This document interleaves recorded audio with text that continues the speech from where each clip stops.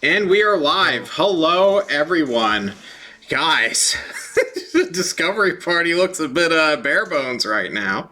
I thought Political Party would be the one to take the most casualties, but we are currently down 3 players. Kushim had something to do today, and apparently it was like a super rare event, and I'm sure we'll hear more about it next week, but he's coming back. So I put a rip over him anyway, because I miss him as though he's a corpse. Next up is Nav, who still doesn't have a nameplate. He is currently on his way home from Dallas for his Air Force bullshit. That is eventually going to take him out of his campaign, which really sucks. And finally, Quinn, my baby boy. I'll miss him. But Germany has lost faith in the XCOM project. What can I say, guys? I'm culling the Europeans. I've only got 1 left, I think. I think I just have 1 left. That's Miros, right? That's Miros. We're gonna get him. We're gonna fucking get him. I can feel it. He's gonna be like John. But Hexblade Warlock. I'll be like, that's the only thing gonna keep him. Yeah, it's like 2 in the fucking morning. Poor guy. So we have a piano backdrop for us while we do this recap. So who did it last time? Last week was Kashim. Alright, so it's gonna be up to one of you 3.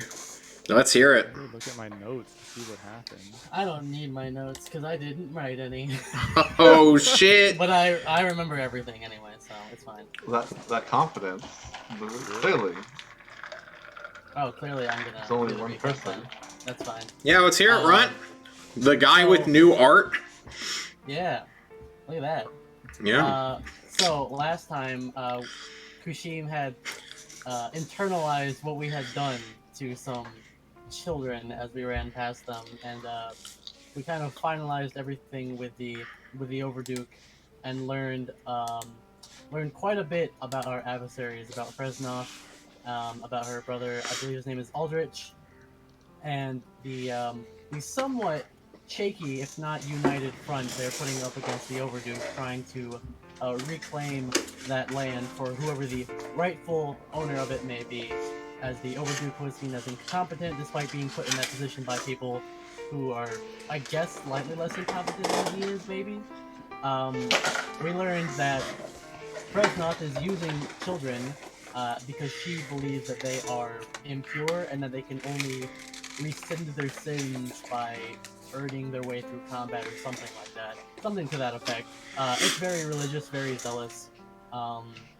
And we had met with a man while we were having this kind of back and forth during a parlay. A man by the name of Rick Silverback, who is a pirate and an airship captain. Sick Rick, as we call him. And he... You got him! You got John with that one!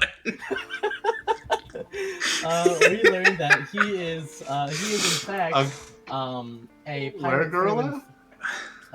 pirate through and through, and he is willing to perhaps switch sides should the price be right.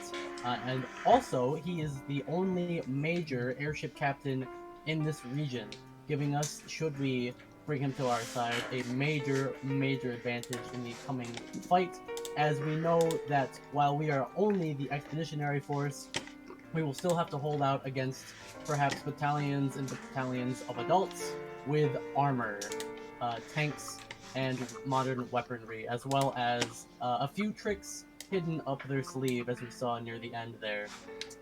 And that brings us to our impending meeting with Shit Dick Rick. Yeah.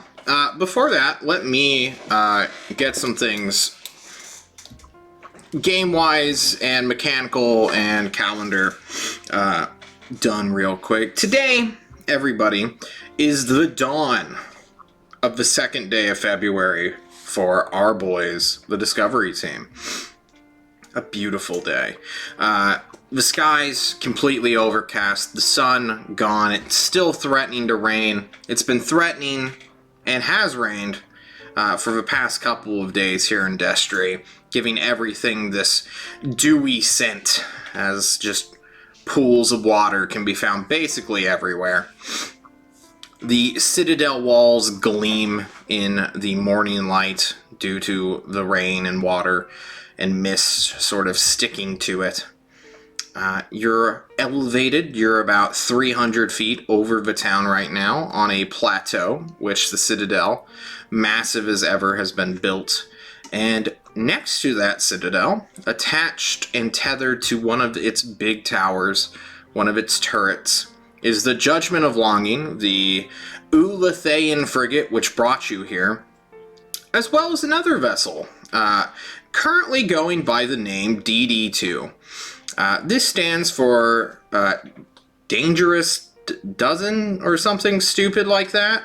Whatever the mercenaries or hired force or whatever air element Fresnoth has been employing, one of their ships was captured in the previous battle.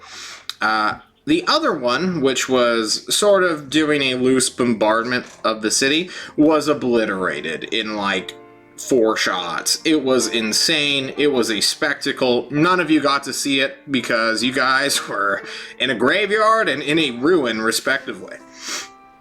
But other than that, now that you have an extra airship, there's a little bit of conversation going on about that because you guys don't really have the crew to man it fully, and they're planning on sending it back. But if you guys had ideas of your own, obviously none of you are airship trained, and this frigate is clearly underwhelming in comparison to the one that Irithil masters.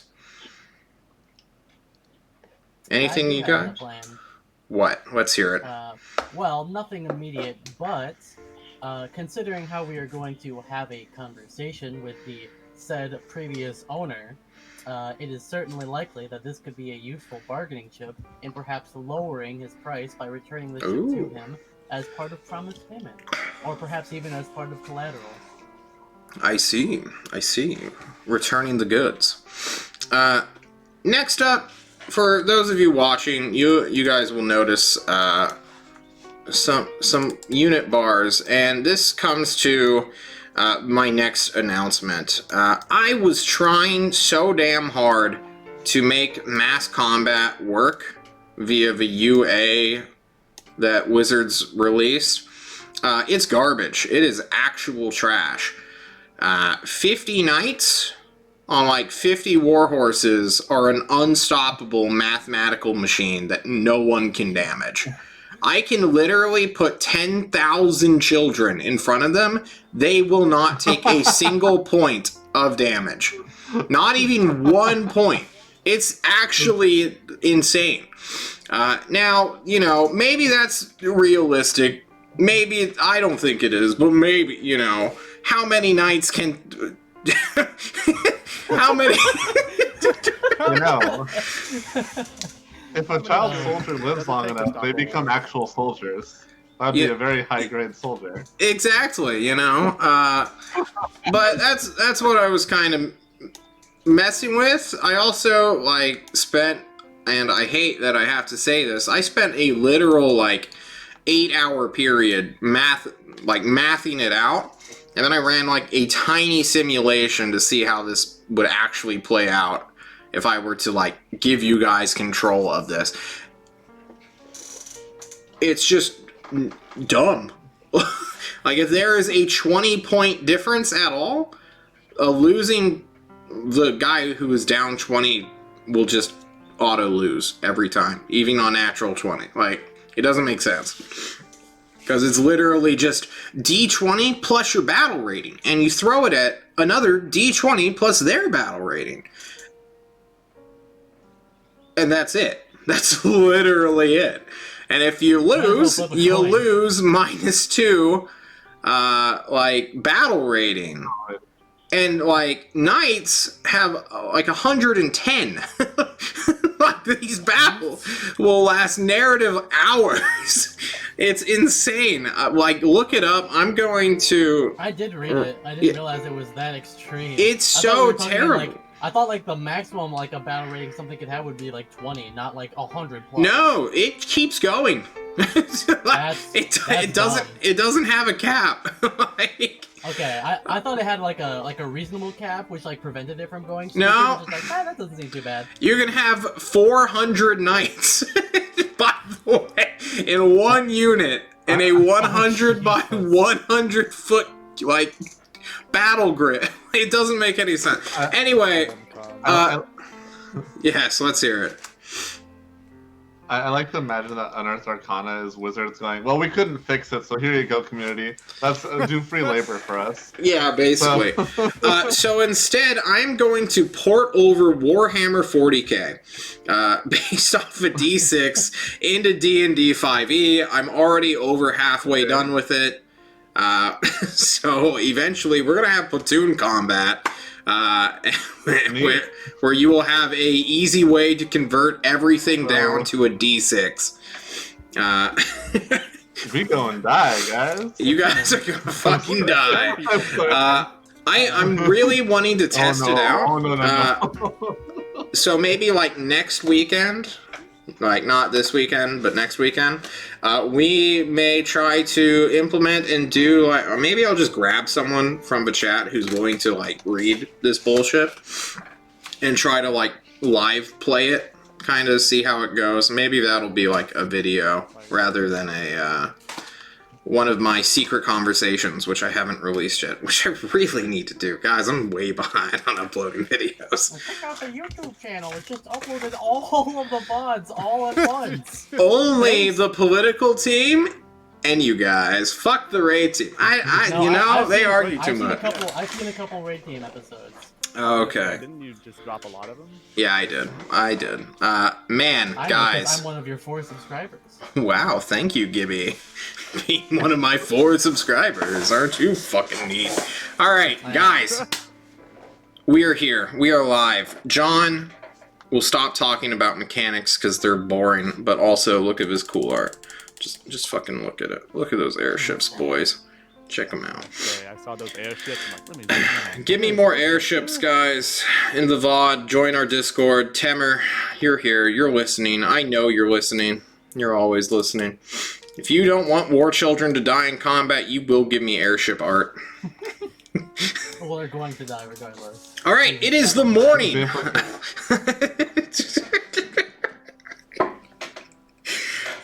You know, I never thought I'd say give me airship art or children will die. You know. And mean it. Guys, if more battle... Oh, fun fact. So I found out where those 14 children prisoners came from. It came from that airship that was captured. Oh. Guys, go read go read the narrative battle report. I've uploaded it. It's just a like 1,000 word document. Fuck it. It's in documents. It's pretty funny, I think. All right, guys, you 3, potentially 4, are soon going to do something. Irithil, narratively, has stolen Quinn away because they need him for the coming attack. They know it's coming, and they need a healer on hand, and you guys hopefully won't be fighting anyone, and if you do, you will ambush them and kill them immediately. There's also an Ulathane squad somewhere up the mountain, which you guys are supposed to link up with before you have this talk. Just to give you a bit more presence, we'll say. So that Slippery Nick, or whatever the fuck he was called, doesn't go ahead and snatch you. You gave him that name. That's Rick why I remember Silverback? it. Slippery Rick Silverback! No, you said his name was Shit Dick Rick, and then you said his actual name. That's why I remember it. Because that's how you introduced him. Fucking shit dick. I feel like I would've You know, I think I would remember that too, but we have it recorded, so I'm sure. Yeah, go watch the VOD. Yeah, we can go watch the VOD. in 4K. Got you on camera. So, guys, Runt, Revik, Zero, and Nav is in the periphery. What are you 3 talking about? Talking about whether or not we need climbing supplies for the one person who might need it. Looking at Frogman. I can climb just fine without climbing supplies. I Not have a worried climb about speed. falling. No, not really. I mean, if anything, if I'm told to carry anything, that's a bigger problem. Honestly. Yeah. I think it's important to have a little bit of supplies for climbing because, you know, if the four of us are going to be going, then even I know you can jump pretty high, but I can climb. I've learned how to climb from climbing buildings, and I can climb too. oh, that's good. Sounds like all you need is a rope then, right? Well, it doesn't hurt to take a climber's kit with us just in case, because you know Nav might not be good at climbing. He looks like he's good at punching and whipping, but not climbing. Did anyone bring a climber's kit with them from Tulst? I think someone did. If they did, they are not here. I think Kushim did. Let me Yeah, I go think look at Kushim- Kushim's inventory. Honestly, I should just give you access to their character sheets. So, maybe one day they'll come back. I'm gonna see a stat sheet. What? I finally get a see Kushim stat sheet. Jesus Christ, Kushim! Yeah, I'm sure He's has a got crazy so stat. much shit! How is he holding this? He's got a powerful build, right? He has a lot of strength, I think. Oh He's got, like, shit, 14 strength, yeah. Powerful build. He's Fuck, part man. elephant beetle. Alright, he's got his arcane focus, he's got a rock hammer, utility knight, he's got his dibs, hell yeah, crowbar hammer, pittance, tinderbox ration, field well, hempen rope, he's got fucking 100 feet of rope, rock with child's name, rocks with miscellaneous notes, oil-powered flashlight, batteries, and quotation marks, 30 pieces of chalk, a bedroll, Stones of Shadows. I don't know what that is. What the fuck is that? Ozark Simulacrum. No, you do not have this. Not anymore. Delete this from your character sheet. He does not have a climber's kit, but he does have a grappling hook, 10-foot pole, silk rope.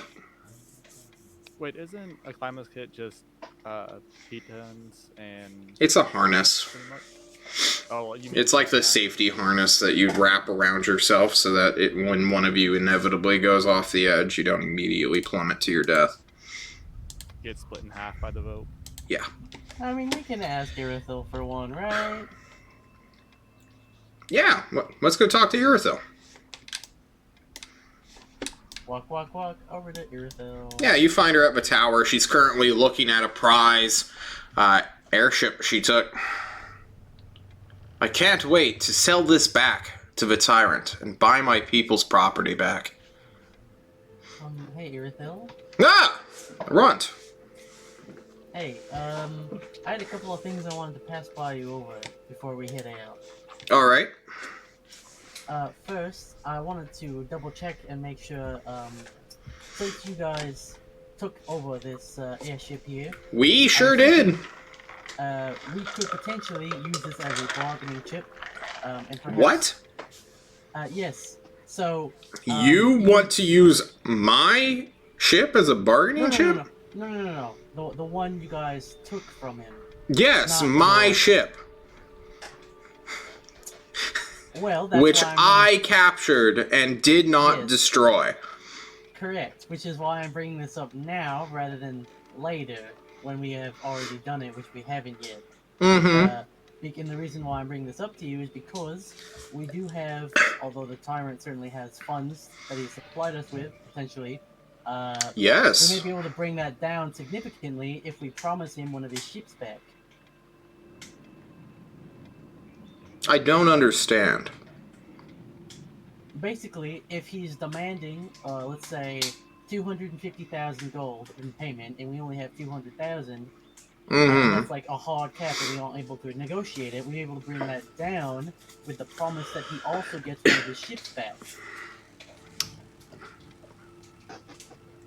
you see the cogs in her head begin to slowly turn, and she is a high-end creature. None of you are wizards, but she too is a wizard.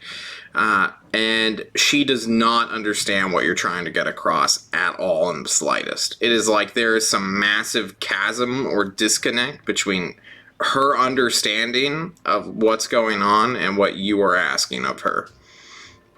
Basically, what I'm asking is for your permission to potentially, if we have to, sell your ship back to him so we can buy all of his ships temporarily to fight here.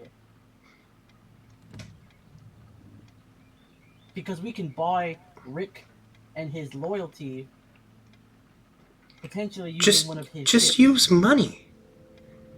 That's what all you Southerners care for, right? This is mine now. And she, like, gestures to the actually kind of shitty looking airship. It's, like, made out of wood for the most part. There's, like, metal beams holding it together. It has, like, one dirigible and, like, 2 flanking sails. Like, this is a trophy. Like, no one wants to buy this. Do you want to buy this? Well, you never know. I'll trade you the cloak for it. Oh, shit. Oh, shit. Let's go. Yeah, I need a persuasion check. That's that, you know? Good call. Okay. Oh, man. No pluses. Can I assist him because I No. have, She accepts your deal. Yeah, give me the cloak back. You can have it. Yeah. Sure, yeah, okay. I give him back the cloak. Alright, remove it from your character sheet. Delete it from your fucking bio. Wherever you were fucking... She quickly bundles it up in the arm. Now go make whatever deals you must. Okay. For sure. Well, the other thing I needed to ask was just, getting a climber's kit, which I'm sure is... We have those, right? No, we have greaves which stick to any surface. Why would we need a climber's kit? To climb up a mountain. Just fucking walk slowly, dude. What? Wait. Do our boots work that way? Go test them out. I thought that walking up side of something would break our legs. It won't do a vertical... Like, you can't just run up. It's a mountain. They're not, like, a pillar. And she, like, points to the slopes and the, like, steep roads that aren't a 90-degree angle. It's not like you're walking like Spider-Man. Come on. Alright. I mean, I guess we haven't had a chance to try them yet, so... I guess that makes sense. Well, have fun. Goodbye. She will go to her actual ship with the cloak and not turn around at all. Okay. Maybe we should do a little check over of this ship. I guess you own food. Brand new ship. Yeah. I don't mind. Put any holes in it? Let's investigate our new airship. Yeah, you can see some Ulathaean crew on its deck. It's not gangplanked to the tower. It's like tethered and leashed. You can like wave at them and they'll be like, yo. Do you have a way of you have communicators. You can be like, yo, let us on. It's our airship. They're going to be like, what? We just bought this, bro. They will pull wrench closer, anchor in, I suppose, throw down a gangplank, and then be like, what do you mean you bought this? I traded some artifact cloak. Doesn't matter. Irithil was like, oh, culture. And so I was like, give me your ship. Rud will walk up to one of the Ulathaeans and say, that cloak that's like really big for your guys' culture that Irithil was really close with, we gave that back in exchange for this airship. They immediately put on their helmets and have like a close conversation with their shipmaster. And then one of them takes it off puts it back on real quick. I think misunderstanding was had. You are to barter this airship with Rick Silverback, yes? Yes. That's the idea. Go and barter it. It is not yours. You did not earn this. We did earn it. How? With your cloak. No. Yes. You bought favor from Irithil. You. Yeah, Ron's gonna put a hand in front of Revik. Let's just listen.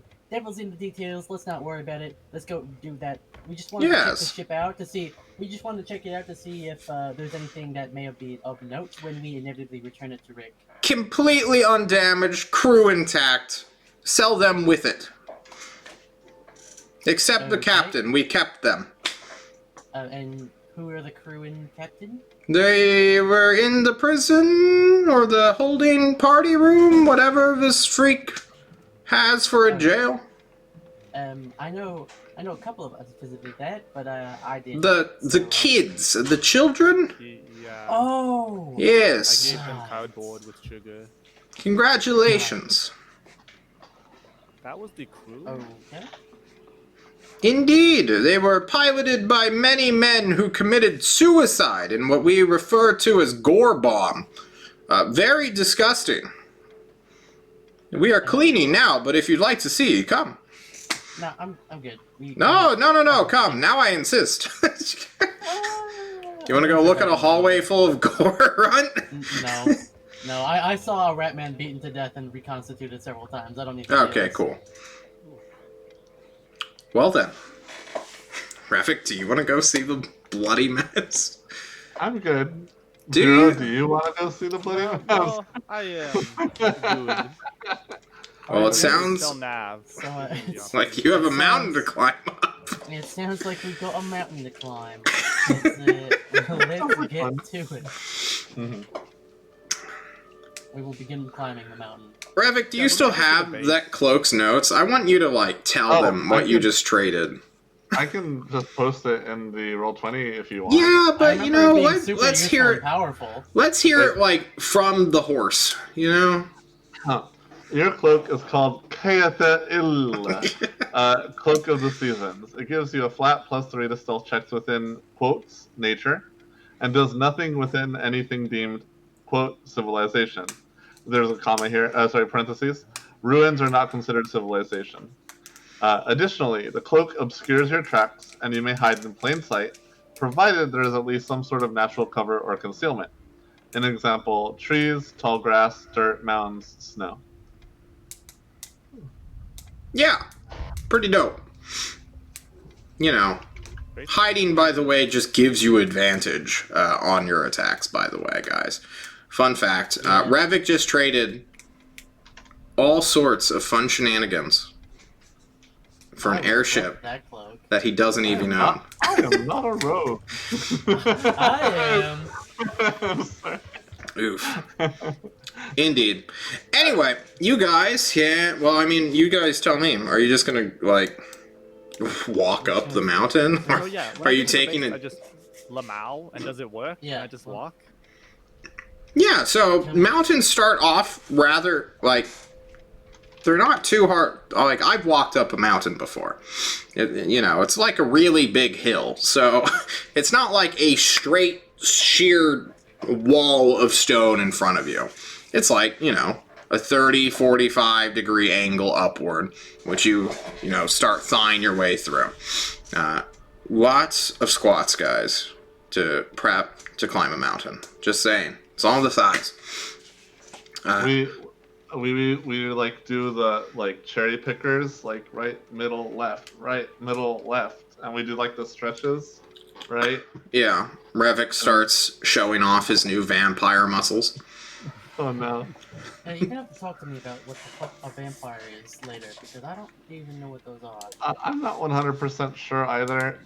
Give me a month. I apparently have to go talk to somebody, and then I'll have more information.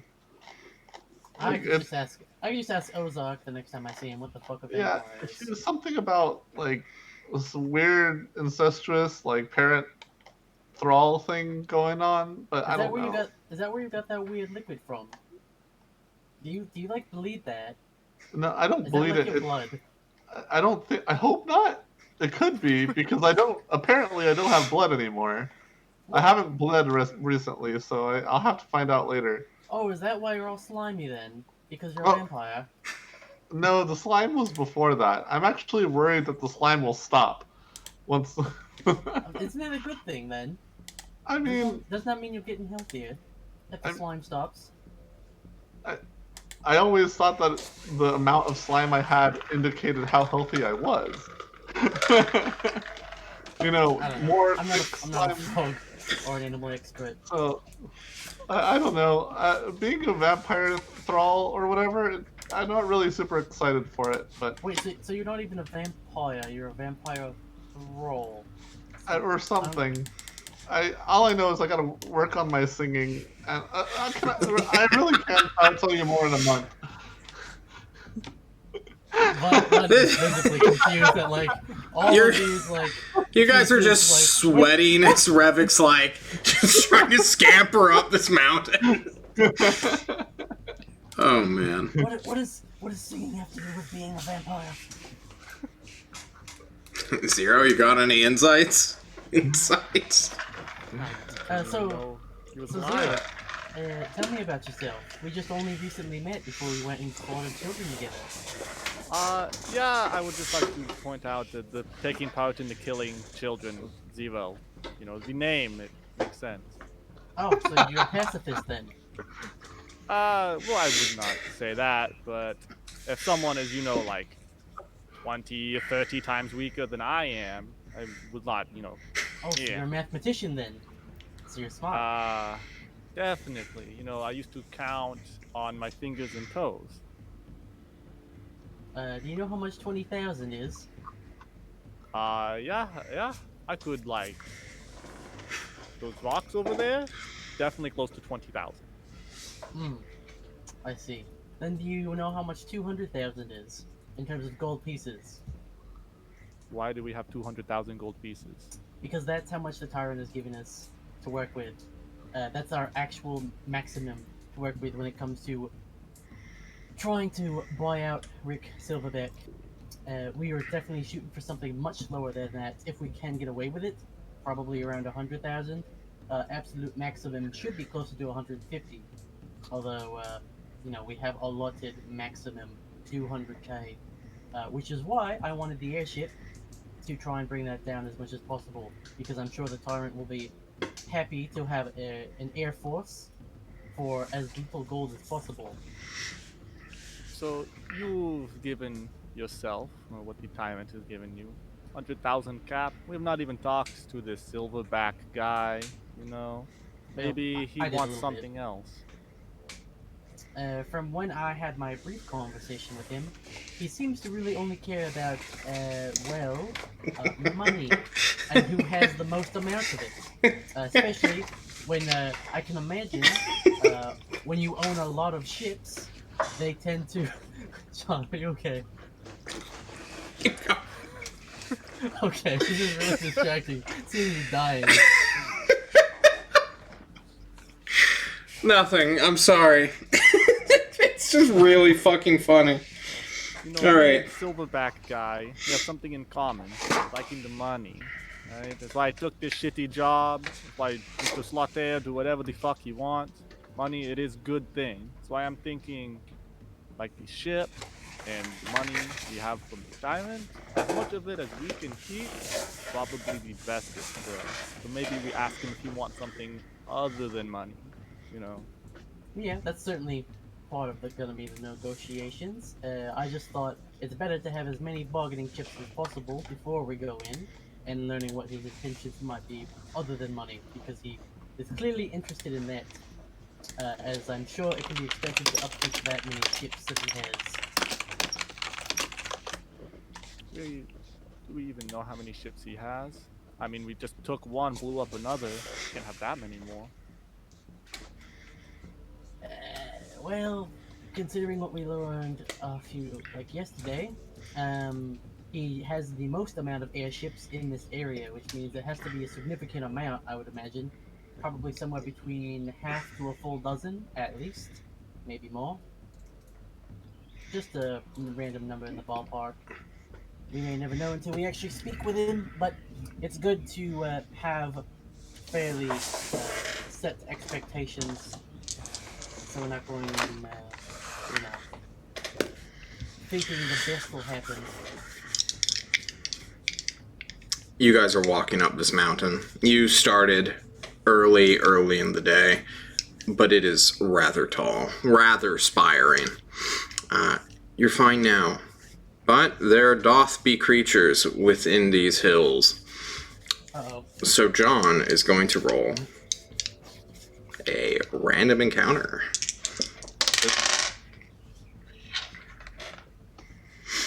That's good. He's not laughing. That's good. Because John has Maybe to that's really go bad. into his God War folder and look up his random encounter tables. If he What's starts that laughing, like? we're probably going to die. I had faith against the polar bears, but now there are only 3 of us. We could take on like. Can someone please roll me a 1d100? Ooh, can I do it?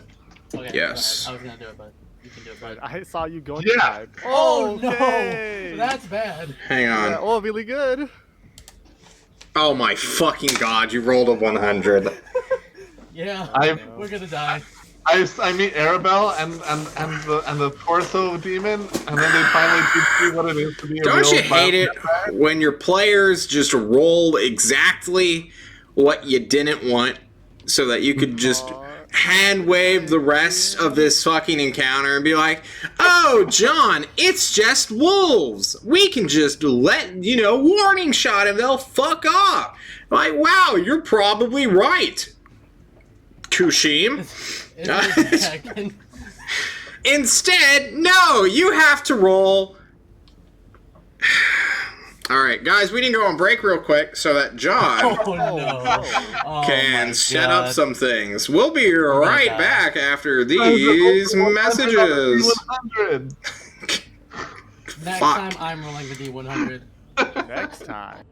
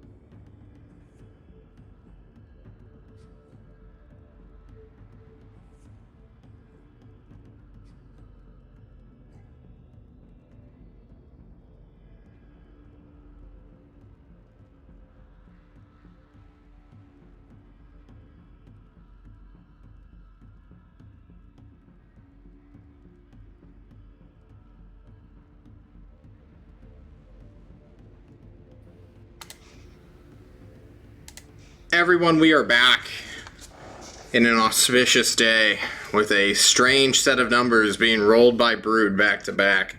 First, a natural 1, backed up with a 100 on a D100. If that's not lucky, guys, if that's not two extremes, I don't know what is. Party. You're clambering up this mountain, and you find an easy groove to the way to the top. You love it. It's great. It's smooth sailing. Instead of being at a near 60-degree angle, it's only at a 30. It's beautiful. Easy path. Clearly rain falls down here, creates wide channels for you to just walk on up, waltzing up. And then you see a cave. Slush and ice currently, probably from the winter. It just hasn't washed away yet. Follow it, or not follow it, sort of are packed up near its entrance, where there are these like 2.5 foot slush mounds of just that weird brown snow of just, you know what I mean? Like when snow begins to melt and it just like meshes with the dirt. Yeah, it's super gross, but also kind of delicious looking. Kind of like a Coca-Cola Slurpee. Looks like I got that from 7-Eleven, you know, just all over the ground. Yeah. You see this cave, and from it there be some smoke billowing out of the top. I'll hit my communicator. Your friends are Hey, right next to you. Can you just...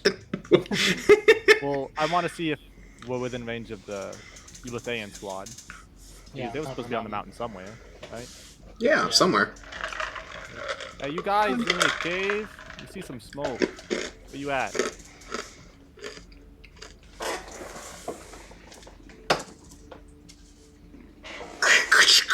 Nope. Oh, Guys, this not our is guys. cold. Actually, well, No, you have any idea where you are? You do not get a response back. Do Um, you think Rick's in there? There's Ah, clearly someone in there. The cave has smoke coming out of it. he's not supposed to meet us. Yeah, until you're we supposed to come meet him back. on like the other side of the mountain. Yeah, I was gonna say Yeah. the next day too. There's right? no way. No, the fact that there is smoke means that there's a fire, and that's certainly worrying. This should. I kind of want to meet whoever's up here. I'm not. I mean, Alright. like, it could be lonely over here. You know, maybe we can get them to join the war effort. It could also be a spirit beast and murder all of us. I don't think spirit beasts breathe fire, as far as I can tell. Do you know that though? Do you know that for sure? I don't know that for sure, but I mean, like, Okay. Well, here's an idea then. You have dark vision, right? no. I do. 120 feet, actually. Do you have a You have flashlight? what? Oh, it's superior from. dark vision? Hang on. It's from one of my runes. Which one is it? Oh, you're a cloud rune guy. Yeah. Yeah, I know it. Yeah, you got that dark vision. It's Yeah, not going to help you when you're out in the brilliant sun. Even if you're trying to peer into darkness, you have to be within Yeah. darkness for dark vision to take effect. If you want to go in with a flashlight and say hi to whoever's in there, while the two of us, or three of us, sit out here and listen on our communicators, you're free to go. You're free to. We'll just wait here, and you can go in and say hi to whoever's in there. Well, Okay. I get the feeling I am like a pawn right now. No, not you, Revik, the frogman who wants to go in and say hi. Okay. Revik can go in with a flashlight, Okay. and he can tell us on his communicator whether or not the thing in there is friendly, and if it is, we can make sure it doesn't go unfriendly while we're in there, Fuck. and Oops. if it's unfriendly from the get-go, Run for your life. yeah. Guys, we're literally fighting a war. What could possibly be dangerous up here? I don't know, a bear? A bear that knows how to make That fire? sounds very contradictory, what you just said. We're fighting a war. What could possibly kill us? All right, so Revik's moving forward. Yeah. How, I have a flashlight with me. how and close do you want to get? As I turn on the flashlight, and I want to stop whenever it shows me something. All right, well, you're like 50 feet away now in broad daylight on a mountainside. So you're going to have to be like right next to it to get the light in and see into the cave. That's right. That's what I'm going to do. I'm going to get right next to the cave. All right, you are 5 feet in front of the cave. right. Party, how far back do you want to be? Probably 30 feet. Close enough to be able to help if I have to, but also far enough to where I can get a head start on running. I was gonna say If I like have 20 to. feet. Yeah, like 20 or 30 feet. Well, I'm pretty much melee, so a little closer. All right. Yeah, I'm ranged 130. So, and I'm also fast. Cool. I have positioned people roughly where they might want to be. To set the scene a little bit more before I show you this map, to the main party, not to our boy Revik running in hot, there is a rather large boulder as you come to this somewhat leveled area. There's still a slight incline that you are going up when you are coming to this cave, but for the most part it is rather level, unnoticeably going up, I should say. Revik, your feet plod through the slush and slime that is the snowy bank where rainwater, runoff, melted ice has sort of accumulated to create these two mounds. And within the cave, now on the smoke, you can somewhat, I guess, smell, inhale the strange burning of hair. As you lift your flashlight up to this cave, do you say anything, or are you just like...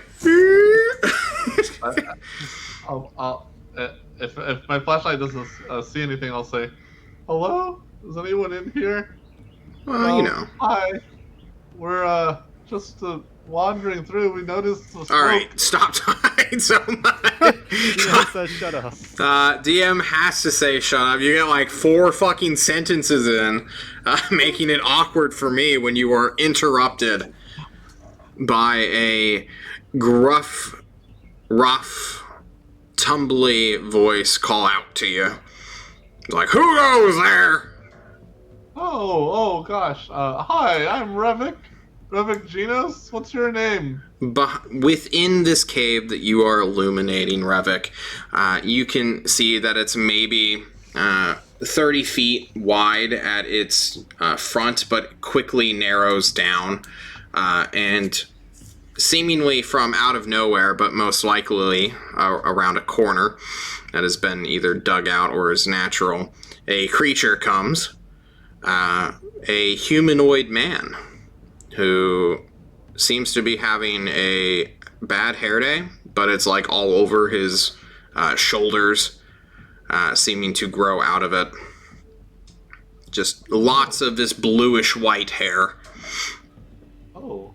Yeah, well, I just noticed the smoke, and it kind of smells like your beard caught something. Are you okay? I'm Revik, by the way. Hi, Revik. And he steps closer to you. He's now maybe like 15 feet away within his cave. Did you need help with anything? What are you doing up here, by the way? I'm hunting. Oh. Hunting what? We should roll for initiative. Oh, okay. Hunting what? You. Hey, brother. The next You look word's like out of my tasty frog legs. The next Alright. words out of my mouth are gonna be like, by the way, I'm very poisonous. Well, you can say that. Everyone, I am dragging you to a battle map. Please make fun of it to your heart's content. Did you do that in MS Paint? Oh, you did this free-handed, didn't you? Yeah, of course, brother. So, no one move their token. For the love of God, don't move your token. Because John has invisible things to pull up and also to roll initiative for. Oh. Wow, that is terrible initiative. Yeah. Has he You know, rolled? sometimes you just have a +4 and roll a 4. You know, sometimes you have a plus nothing and roll a 2. Oh, Sometimes that nice. do happen. And then make it work anyway. All right. Well, let's look at this bad boy. This Holy chonky, moly. hairy boy. This is a token that I found that roughly resembles this man. 0, you see nothing. You're waiting for a signal. So, sorry that you rolled high, I guess. Revik, this guy is beginning to move towards you. Oh, that's not a humanoid. That's a giant. Oh, yeah, he's way too big. What the fuck? I'm sorry. It's okay. But, there we go. Oh, okay, yeah, he's normal size. This is Yeah, fine. sorry. Alright. No, he's just like 400 feet tall. It's fine. John forgot to resize his token. My bad. Alright. Revik suddenly has flashbacks to when he was in a town with He ghostly is. figures that walked towards him even though he warned them over and over again. Yeah. And suddenly his urge to survive instincts kick in. Oh, yeah. Okay, let's see. Do you really have 20 decks? Yes. Wow. Damn. Damn, son. Level 4. Alright, anyway. All right.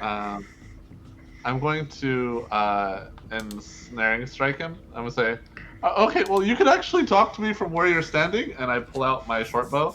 I'm gonna say, sorry about this, and I'm going to ensnaring strike him. Let's see it first. Yeah, I need a hit. I wonder, do I spend the spell slot? Hold on. Well, you have to spend the spell slot to have the spell.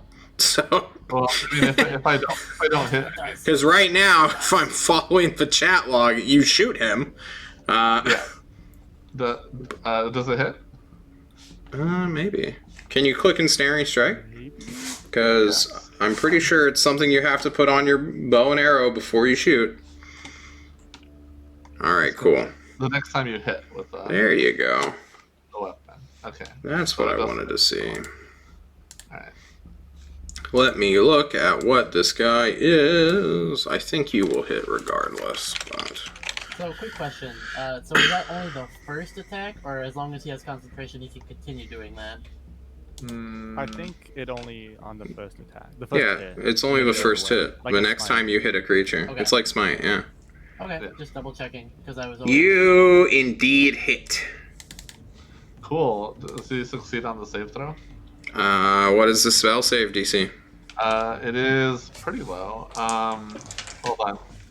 12. 12. It's a strength? Yes. Alright. Natural 1? Natural 1? Hang on. Natural 1? Hang on. I'm looking. Burns his legendary action. Legendary resistance. Fuck that. He fails by 1. Let's go! Alright, here's the d6 of damage for you. Alright. Alright. Nice. You wanna do your short bow damage too? Yes. But I also want to click the correct modifiers. This is a regular arrow, so no extra special stuff. Short bow. Whoop. Ow! He shot. Can you also do a con save for the You're poisoning him too? Oh yeah. Oh my god, I think that's a failure too. Cool, awesome. Fucking shit. Cool. Then you take 16 plus 6 is 22 damage. Damn. Holy. What the fuck? Alright, so 6, 9, and where does the 7 come from? The 7 is just my damage. I rolled That's a the 2 bow damage. plus the 5. The 7 is the base bow. The 9 is from what type of hunter he is, plus his... Oh, holy fuck. Right. Growing poison. Like Alright. I said, we have good DPS, we just don't heal. Hang on. No, it's not that what I'm hanging on for. Hang on. Just hang on 1 second, boys. Oh boy. Okay, let me just... There we go. So... One is poison, one is psychic. Yeah. And then one is just piercing. Actually, two of it are the D6. Okay. Yeah. 2d4 is your grung poison? That seems a lot. But I've had it since the day one. okay, yeah. cool. Dope. It's a good roll. So this is what his health. You guys can see his health bar, right? Yes. Yeah. Yeah. All right, that's what it looks like. Okay. I'm sorry they had to do that, but too many people have tried to hurt me when I let them get close to me. Ow! Ron, you hear a guy just. You watch Revik pull out a short bow and shoot him. And then some guy just shout, "Ow!" We actually see him shoot. Yeah, of course. He's right in front of you, 30 feet away. I didn't know. I thought he was in the cave. Not... No, he is the guy. Well, Revik is not. He is outside the cave. Oh, Yeah. okay. Okay, got it. Yeah, hang on. I'm freehanding some more. Making a pumpkin now. And sir, I would avoid getting closer on. Why'd you shoot me? Because I have trust issues. People have like come too close to me. All and tried right, to Ron, kill- it's your turn. Revik does not move this turn. He shouts at a man. Okay. I think I want to move. First I'm gonna ask Revik. Oh, is he friendly? I mean, he didn't like. He kept walking As a- directly towards me with a purpose. He said he was hunting. I am going to move while I wait for the response. I'm gonna move 20 feet over here. Let's see, how far is that? That's good enough. I'm going to hold my action to shoot a hand crossbow bolt at the first thing that comes through. All right, Don't cool. worry, I have him held down. So unless he did something like aggressive towards us, All right. He rips out the ensnaring strike. God! Just. He takes 1d6 at the start of his turn, though, which is now. Oh, cool. So. Oh, actually, What? Wait, what kind of hold on. damage is this? I think it's piercing. It's Yeah. piercing. But actually, he doesn't take more because I just added the d6, but it's actually on his turn. So Oh, the d6 I rolled would have happened on his turn. okay. Oh, okay. Sorry. I didn't know that. I learned new things. Okay, cool. Then I do not have to do anything to his health bar. That was the end of his turn. Oh, cool. A creature... No, that was just an action. So, it will move deeper into the cave, outside of your line of sight. Okay. Alright, cool. Alright, now he seems to have run away. Alright, sorry about that. What the fuck? You just What the shot at me! Like I said, I have trust issues, but now we can have a conversation. Fuck off! You shot first! Zero, it's your turn. Are we the bad figure out guys? What's in there? Let's fuck off, right? Yeah, he said fuck off. I don't know which way is. I'm How a little bit direction? worried. You want to go north, but if you guys want to fuck off, by all means. I feel kind of bad. Like, I should probably cure his wound. I did kind of shoot him. Okay, we'll tell him to come out, and we'll cure his wounds. Okay, hey, come out, and I'll cure your wound. Alright, Zero does nothing his turn. Revik, do you just yell? Hey, Right. I'll cure your wound. You're I'm playing actually- with a loaded hand crossbow. What are you doing? Is there any rock I could hide behind? Yeah, these big ass boulders that I drew. Oh, okay. So could I hide like behind here or? Yes, Nav is just watching, laughing, Okay. down the hill a bit. I'm gonna come over here then. 25 All right. feet, and then I'd like. You bonus flanked action, the cave mouth. Yeah. You I'm just are gonna hidden. And then I'm just gonna. Yep. Yeah. And then I'm going to hold my action to shoot the crossbow if Revik is attacked. Okay. Alright. Alright, well. Hey, Zero, can you come hang out with me real quick? Yeah. We'll see what happens. Okay, alright. No, Okay. it's not your turn. What the fuck? It's about to be. Wait. Oh, sorry. It's about to be. Ren- Oh, okay. yeah. It's not your fucking turn. Yeah. Don't fucking Mike act put someone in out of between your us. order. As though That's John right, has he's deleted invisible. the monster token. He hasn't. He fucking hasn't. Alright. We can't see it. You're right. You can't see it. So, this guy will come back out. Out of hiding. All Say right. something to himself. And then, with his more than enough movement, reach you, Revik. Okay. Entering out of vision. So, Runt, you may make your attack. My attack is if he attacks Brevik. That's my I'm telling you to make the attack for a reason. Okay. Okay. I just wanted to make it very clear that I'm not just trying to outright kill everything that I see Yep. without reason. That does hit. Okay. Sneak attack! Alright, I have subtracted the health he has suffered. Wow, I really rolled double ones on my That's sneak attack. amazingly low. Yeah. Yikes. Guys, they don't understand the joke. I didn't actually subtract anything. Oh. Because he is immune to normal projectiles. Oh. Anyway, it's his turn. He moves forward a little bitty bit. And then, as a fuck you action, Revik, Okay. would you I mean, please I'll make me a DC 12 dexterity saving throw? Oh, easy. It's only DC 12. Dex save? Yeah. Yeah, wow, easy pass. I'm good at things. GM roll. Hey there, you want me to heal your wound? Oh god, what are you doing? He intakes a lot of air and then breathes out some cold goodness. Oh wow, that is an insanely good roll for the people watching the stream, because I did not mean to roll that. So 22 half is 11. So please suffer 11 cold damage as this bastard breathes cold air upon you that freezes your skin. This is for shooting me! He shouts. Oh, No, this is self-defense! Now, Zero, it is your turn. okay, well now we're in a problem. You should have fucked off! Instead, you waited like ambushers. I am well within my legal rights to defend myself. He knows his legalities. Indeed. Allow John over to him. Zero just fucking busts out his magical sword.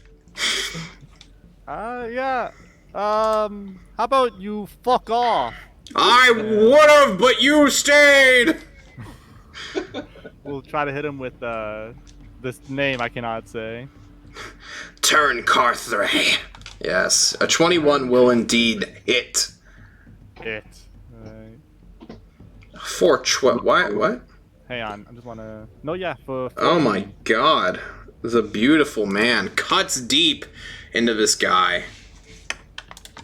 What is the other? That's if he's too. Ow! Why are you defending this assailant? Why are Revik, you it's hitting your my turn. friend? Because he shot first, you dipshit! I do not care what happened which way. Just do not hurt my guy. Alright, I'm going to get behind him. We've murdered children, you know! And Holy fuck, you guys are evil! Alright, you flank. we're not evil! We're from Tulsa! Alright, You're all evil! I left the city behind because of all the evil vampires, and now I'm attacked by two. Fuck. oh, you're a vampire? Zero? Alright, this is we're like conversationally. Are you doing anything? anything? I want to dagger him and bonus action. So I just dropped my bow. Okay. Bonus action favored foe him, right? And so I'm just gonna hit him with a dagger. Okay. Uh, That is a miss. Even Okay. while flanking, that is a miss. No problem. And I'll end my turn. Alright, cool. Run. Like just Your crossbow Yeah. bolt literally stuck into his, like, hairy hide and then just fell out, as though it did nothing. I'm going to take out Oh shit! Did I leave them behind? Oh, I fucking did. I'm an idiot. I don't have my +1 law short swords because I left them in Toll. True. But I do have my +1 rapier. Yeah. So I'm gonna go. I'm gonna walk. I thought you said you killed children, not brought them into battle. Well, funny you should mention that. We ran into children in battle, is why.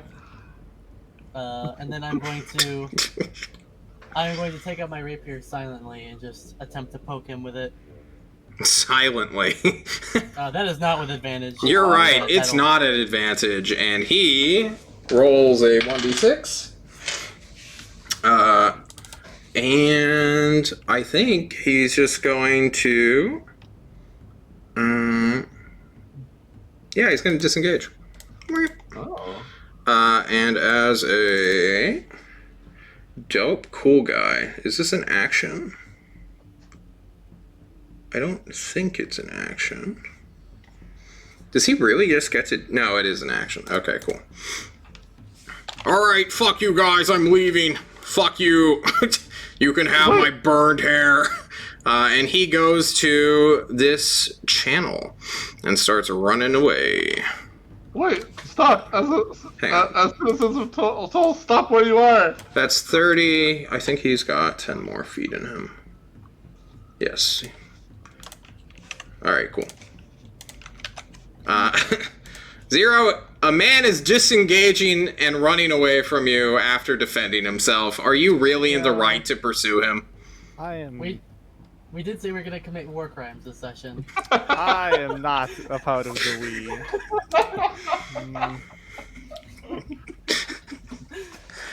Can I? Okay. Fuck. I need to like hold an action to dash or some dumb shit.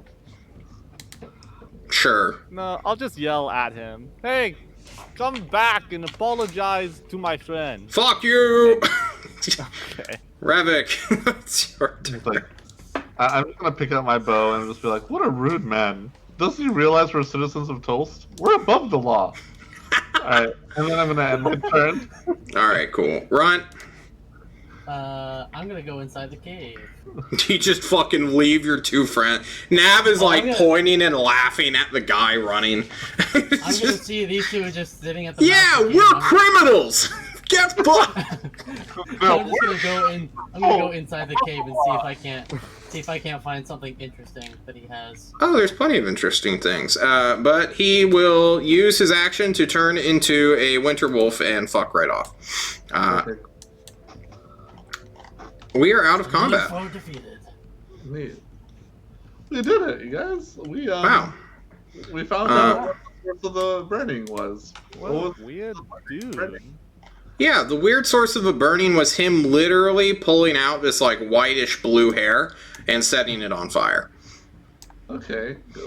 You find within a small 15 by 15 foot like cube within this cave, as though it has been dug out via the mold earth cantrip, the most apparently useful spell in the game. A small bed that is circular in nature. It is elevated off the cold stone floor. You find a rather long coat, and can someone just roll me a 1d100 to see if this guy had any I will do it this time. anything good? 72. Okay. Hang on. It's maybe not nothing. This is this poor guy who just lives up in the mountains. He just randomly has a portion of invulnerability. I think he would have used it in that situation. A shard of elemental power. Oh, shit.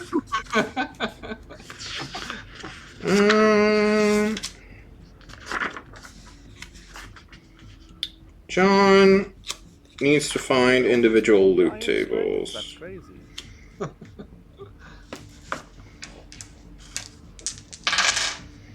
Alright, you find a whopping 8 gold pieces. That's mine. And...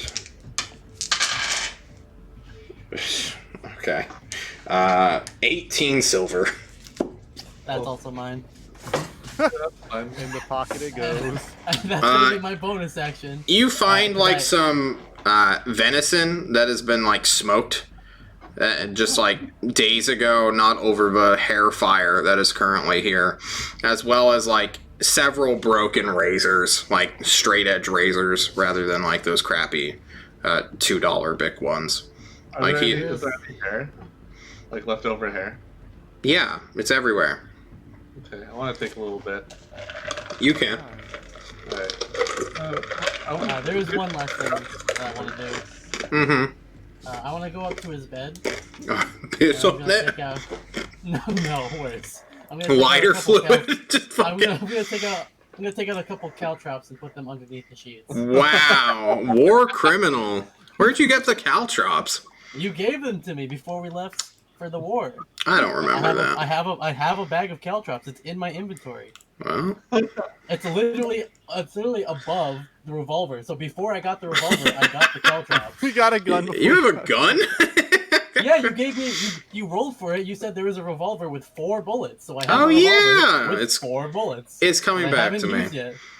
You guys can clamber up the mountain for the rest of the day. This surely not going to bite you in the ass later. I tell Ren, that was a pretty funny joke you did there. Quinn would have loved it. Yeah, a joke. John is both sad and finding that very funny. You guys can clamber up the mountain and link up with the Ulathane squad who question you. They're like, why'd you message us earlier? Oh, we just found some like this cave with a weird guy. Oh yeah, the mountain hobo. Oh yeah, you know him, huh? No, we saw him, we passed by him. You know, he waved at us. It was very aggressive though. You know, like an aggressive wave. Yeah, He like, just what do seemed you- like intrinsically hostile, but you know, he didn't like do anything to like Oh, no, truly. yeah, I totally get that because he started walking towards me, but like aggressively. Yeah, I know, right? He just has this like weird power stance. Maybe it's like some walking technique or something. We should learn Yeah. it. That was pretty anyway. You know. 4 of us versus him, you know, he backed off. He's not he doesn't seem stupid. Yeah. You didn't kill him, did you? No, definitely not. Dude, just the warning shots. All I right. definitely didn't kill him. Okay. Martin says with a auspicious amount of certainty. Okay. Well, he looks at his watch. He looks at the sun. We got to get over that hill in like 2 hours. Are you guys ready to hurry this up? Yeah, Yep. sounds good. All right, let's go. The other squad's already secured. The well, we call it an AO, but you know, and this is like Ulathane is speaking fluent, like common to you guys, which is kind of weird. You're more used to the broken, like, hey, you know, and like Irithil bitching at you and like offering invitations to whip people. As one does. As one's supposed to, if you're a good host.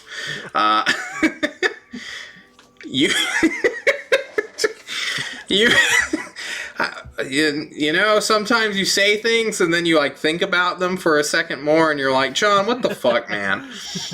You guys will clamber up. Can I get some athletics checks from the boys, please? Uh-oh. Oh, wait, I don't have negative strength anymore. True. Oh, yeah, brother. That's a 19. All right. The The child is the strongest amongst you. 4 Ulathans who are currently here are 1 crossbow guy, 1 dude who just has a rather large backpack, and then 2 dudes with shields and swords. All of them are wearing splint mail. At least the guys with shields and swords are. The other ones seem to be wearing splint mail, but it's rather quiet and elastic, which is somewhat weird. I mean, you just assumed every one of these bastards was wearing splint mail, but like, you can't hide heavy armor on a mountain. all passes. Well, group passed. The Ulathans are somewhat falling behind as you guys lead on your small frames and your climb speeds, easily carrying you through this mess. And as the sun sets, you guys get a rather dope view of the northern countryside of Destry. Villages, fortresses are quickly being absorbed by twilight and dusk. You are high enough in the world to watch the sun, like the sun's ray of lights, just fucking flee the world and shadows chase after them. But you know, it's rather cool. It's a I never got cool. to see sunsets living in Maelstrom. There's always just fucking rain all the time. This is really nice. I prefer the rain, actually. Oh, sorry. Fuck you. Oh. Yeah, that's fair. Sorry. I hate rain. Living in rain for basically my whole life. You learn to hate it. You just wish it was anything else. I moved to Maelstrom because of the rain. But, okay. Alright. Why don't you leave Maelstrom? Why? Yeah. Do you know how hard it is to just leave? And you've got no family, no friends, no way of making money other than stealing from other people, which tends to get your hands chopped off if you're bad at it. Any other reasons you wish to, there's a lot of reasons why one person can't just leave. Also, perhaps, the chance of running into a spirit beast that just mauls your face off? Oh, I didn't think about it that way. I mean, because you could just become like a baker or something. A baker. I mean, In this is like Maelstrom. an idea. Well, this guy clearly has never been in Maelstrom before. Yeah, you do realize Maelstrom. I've seen adults be stabbed by children and children stabbed by adults on a daily basis. And you think that That's also a lie, Runt. There's no children in Maelstrom. They're all hobbits. They're all halflings. Bloody halflings. Oh, fuck. It's just a normal thing that happens, right? Children stab people. Yeah, they do. Why do you think I stabbed those children? They're probably from Maelstrom. You just misidentified them. They're hobbits. Okay, I feel like I touched a hot button for you. Let's just cool down a little bit. We'll talk some more later, okay? You can't. There's no cooling down, especially in the rain. Anyway, I- we have a place to go with, and Ulathayans are falling behind us. Yeah, let's They do know the way, though. character catch-ups as you guys near this clear plateau where the other Ulathan squad is somewhat milling about, waiting for this rendezvous of Rick Silverback. Zero, what is your deal and what's going through your head right now? What do you follow ideals? You seem at some times like an honorable man at arms, and then other times you're like a dick ass. So Zero, what's up? I think the thing behind it mostly is how beneficial it is, right? Like, yeah, if I get money in the end, if I get repertoire, if it ups my social status, that's good, and I'll help whoever is being offered to help me. But if you have nothing to offer me, you're in the way, fuck off, bro. I don't need you. Just actually get the fuck out of here. I don't care. A money-grubbing cutthroat. Does that sum it up? Sounds about right. Basically a pirate? Or are all of your ideals just surrounding that concept? I think, yeah, if you put it on like a general theme, being a pirate. So any benevolent action you will, like your character does, or what Zero does, is just purely because of disinterest? I think currently There's Okay. not a lot of things or people to look out for just for the sake of looking out for them. Like, I got a job, I made some money, maybe I'll go to a brothel, get slammed later, whatever passes the time. Yeah. Fake. Runt, Fake. Yes, sir. how's it going, buddy? I think things are going a little bit better. Yeah. We started from the bottom, and now we're here. Did Now we're on the top of the bullying a person that you didn't even injure, does that even matter to Runt? Is he just fine with this? I mean, he's a little spiteful, just in nature. If someone does something, if someone does like anything negative to him, he's gonna be like, all right, well, you're on the shit list. Even whether it be from trying to actively kill them or doing something that probably won't even be like like he doesn't honestly believe those Caltrops are gonna do anything, but it's the thought that they might be annoying. You're just That this makes him little feel better. vengeful creature, aren't you? He certainly is. In his mind, there are only 3 things that he's worried about: keeping the tyrant happy, keeping the Prince of Maelstrom happy, or at least on his side, and then killing Jerome. That's And it. those are his 3 goals in life. Oof. And he's willing to do nice things for other people. Like, he thinks that the people who are very naive or at least innocent are deserving of some mercy or acts of kindness. People like Kushim, Revik, like Anshua, who he met before he left. He thinks that there are certainly people that it pays no. It doesn't hurt to be nice to other people who have been nice to you. But if someone, especially out in the wilderness, is a threat to you and could potentially derail your mission and or kill you, all deals are off. Okay.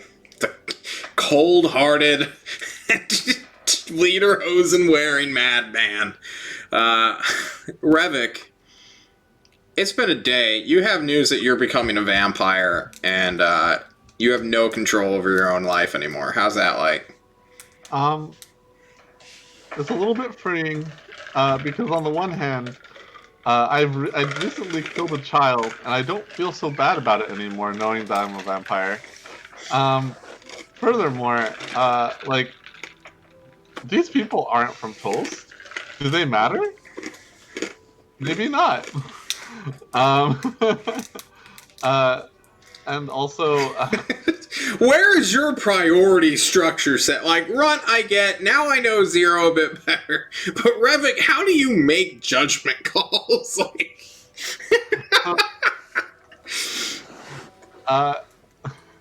So for one thing, he's noticed that people will attack him even when he's trying to be polite. Mm. So maybe it's that politeness. maybe people hate him, you know? But you know who doesn't hate him? Arabella. You know who else doesn't hate him? The Tyrant of Tulsk. This is true. And you know what? Quinn doesn't hate him either. Yeah. He did take that ring back, though. Is it the ring back? He had to. They asked him to cast Warding Bond on the Overduke during the coming battle. Oh, okay. Oh, I guess it was. I guess okay. He just gives his ring to whoever he wants. Okay, all right. Well, that's fine. Okay, all right. Hold on. Maybe he's breaking up with you, Revik. I'm hold on. I don't have being a vampire. Goes down his froggy cheek. Being a vampire, I don't cry. I can't cry as a vampire, so I was just looking up to look out my eye glands. My priorities right now are just getting through the day, making the tyrant happy, and all right. I like my new friends, but I hope that none of them try and betray the tyrant. True. That would be dumb. That would be dumb. and hurtful to my friends. And feelings, apparently. Yeah, exactly. My feelings. Vampires don't have feelings. You guys sit on this plateau, and night comes. The brisk air is nothing with your cloaks around you. As John pulls up new dramatic music. Where is this? Dramatic music. Dramatic music. I don't know how long. I mean, our hike took all day. At It some did. point, these my little biscuits would go bad in 8 hours. I'll just eat them to eat them before they go bad. Alright, you eat them. They're delicious. Tasty, tasty cardboard. It has ketchup on it. It's basically a Little Caesars KFC pizza. 7 spices. Yeah, I brought my spices with me. Nice. Cardboard with cheese and spice. Oh, No, that is not what I want to play. Cardboard with cheese. Now in 7 different cheesy flavors. Jesus. get the 7 flavor cheeses. The hidden 8th flavor, the forbidden spice. Okay.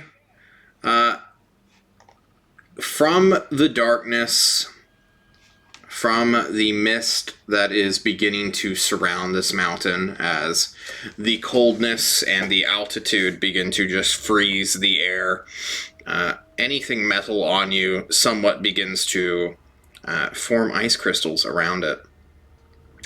And then, through this mist, you hear a whirling sound of large metal fans pushing somewhat quietly a sizable mass, which you can feel. As you hear this noise, a light will appear within the mist and briefly shine down upon the plateau.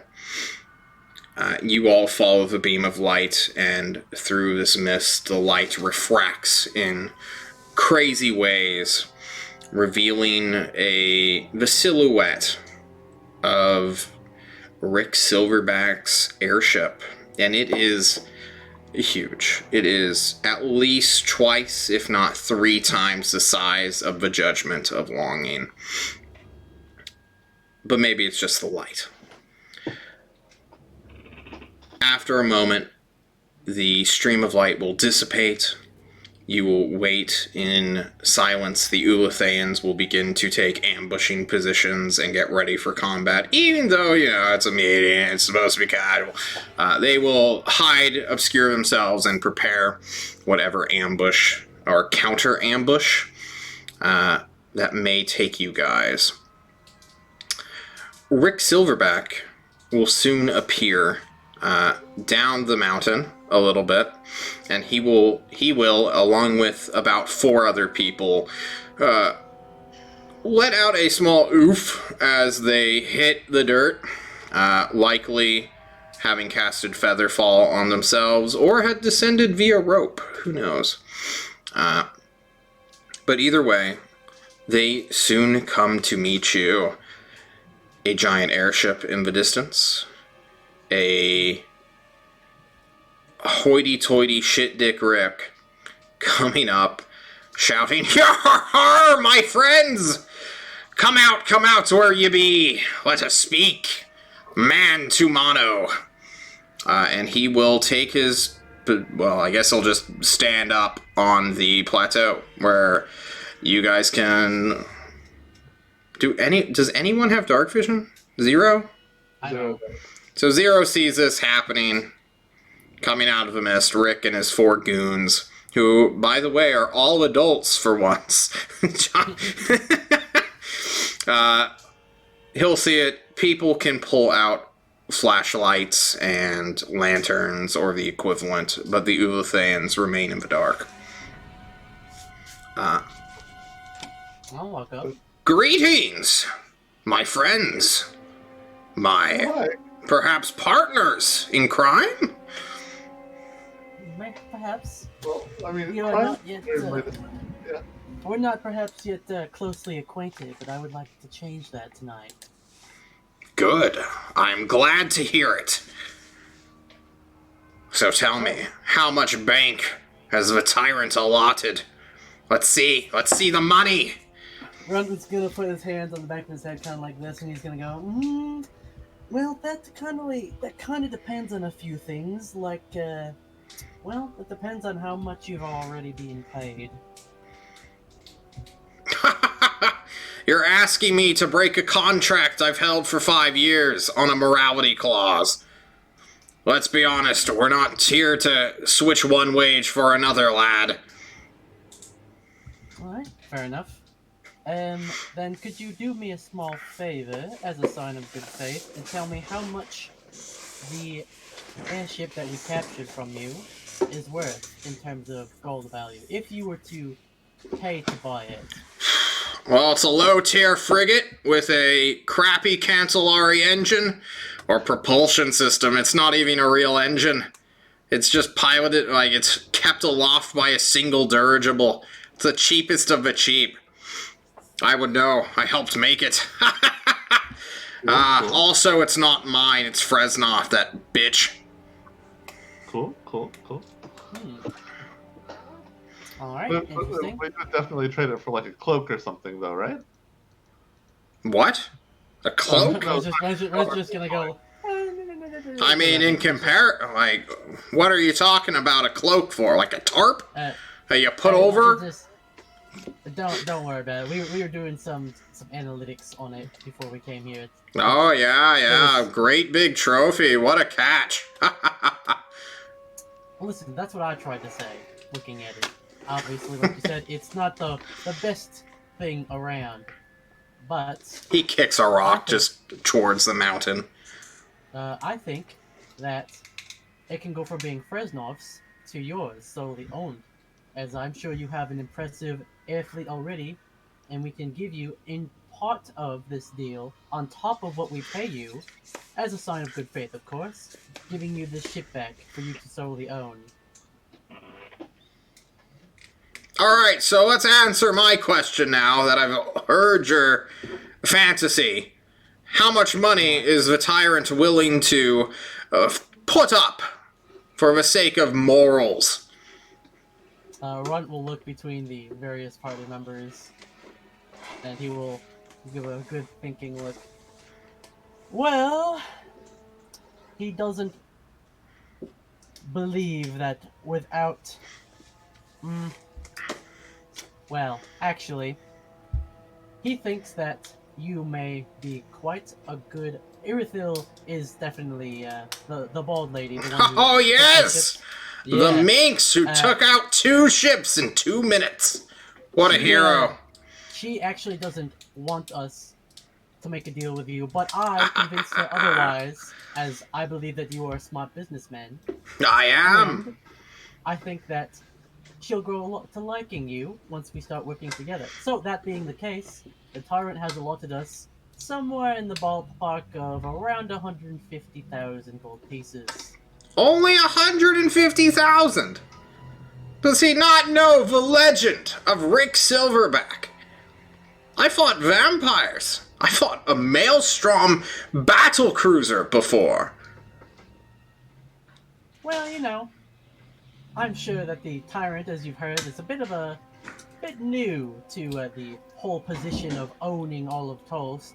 So he may have a lot on his plate, and I'm sure he knows of you, but he may have simply forgotten of how great your legends are. So perhaps he can be persuaded, but... I've been inactive for so long, you see. That has to be the reason. I used to terrorize Thorazor just for laughs. Oh, it used to be so fun. Their little interceptors would come out and they'd be like, oh no, don't come near our town. Don't bombard our new state. And I'd be like, ha ha ha ha. And just shoot some projectiles their way just to make them suffer. Thorazor has been doing a bit of the bombing lately themselves. Well, they learn from the best. Fresnov's been keeping me here for too long. And although 150,000, you know, it's good, but it's not enough. I've been being paid the aluminum, and he just like rubs his fingers together. Yeah. The most lucrative commodity in the known world at the moment. You need it? my airships like it. We can keep a lot of it, sell it. It's pretty light. You can make anything out of it. It's a beautiful metal. And, you know, eventually, the hope is that the Overduke, or whatever lord you're truly working for, will take over the aluminum mine and give everybody a chance to make a good profit in the rest of the continent. But so far, I've had a monopoly of sorts upon it. That's hard to let go. So, how about I give you a little counter-offer? Alright. Alright. And he squats down for this, so the size small guys can, like, come meet him eye level. This rather tall, like, what was he, like 6'2", 6 foot something? Yeah, he's double my height. Yeah, just crouches down, goes full Gopnik and Slav squat. Slav squat. Yeah, just come closer. This ain't something I want to shout out to the world. You two, big guy, come here. He points to you, Zero. Okay. I'll get, I don't know, within earshot of his whispering. Alright. Revik, are you dying? I am dying. Sorry. I'm here. I've been listening, just I'm dying. What's going on? Do we need a break? We're dropping like flies. I'm just gonna have to put up a rip set. It's the cold damage he received earlier. It's really getting to him. Sorry. Hibernation time. Slowing the metabolism. Yeah. What does he want? He's about to whisper what he wants to us. Yeah. Do you want to get closer? Come here! Okay, I get You're closer. standing 35 feet away from me in bow shot range. What the fuck? You're all prepping for a fight. I just want to talk. Let's get closer. Alright, you get closer. Quick question, actually. Does he have a light of his own? No. You guys are providing light. You guys have dark... Two of you don't have dark vision, so someone has to have a light. Yeah. I have a flashlight. Oh, he's just using whosever light source. Blah, blah, blah. His eyes gleam as he looks at you with a maddened light. There be something in the north that Fresnoth doesn't want me to know. Now I'm gonna let you in on a little secret that not even my crewmates know. And I do this because I want to take your deal. I don't like working for Fresnoth. I've been pondering this morality clause for 3.5 years now. I just haven't had the justification to do it. However, I am called Rick Silverback for a reason. And one, that is because I am a 100% confirmed were-gorilla. And two, I want my goddamn silver back. It was stolen by ketamine bad bagels of the Bad Bagel Vampire Clan to piss me off. She did it 7 years ago. I've been looking for her for 2, and then I come up here. We take over their entire territory. And he's like trying to be a hush, but he's like hard to contain. You know, he has this rage, this frustration, this near decade-long feud going. And then she up and disappears. My silver, gone. I can't find it. I stick around because, oh, good money. I'll have an opportunity to go on land. But no, Fresnoth wants me to build her a fucking air fleet. So I make her some dingy-ass ships that'll get the job done for what, she has wanting. I buy her some crappy engines from Cancelar before that fucker explodes. But I'm no closer to getting my silver back. So, I will take your measly 150,000 gold. And if you supplant my silver, you gotta... Hang on. I don't remember his shit name. Judgment Bonding? No, that is No, that's Irithil. Irithil. You will have at beck and call the Pursuer of Platinum.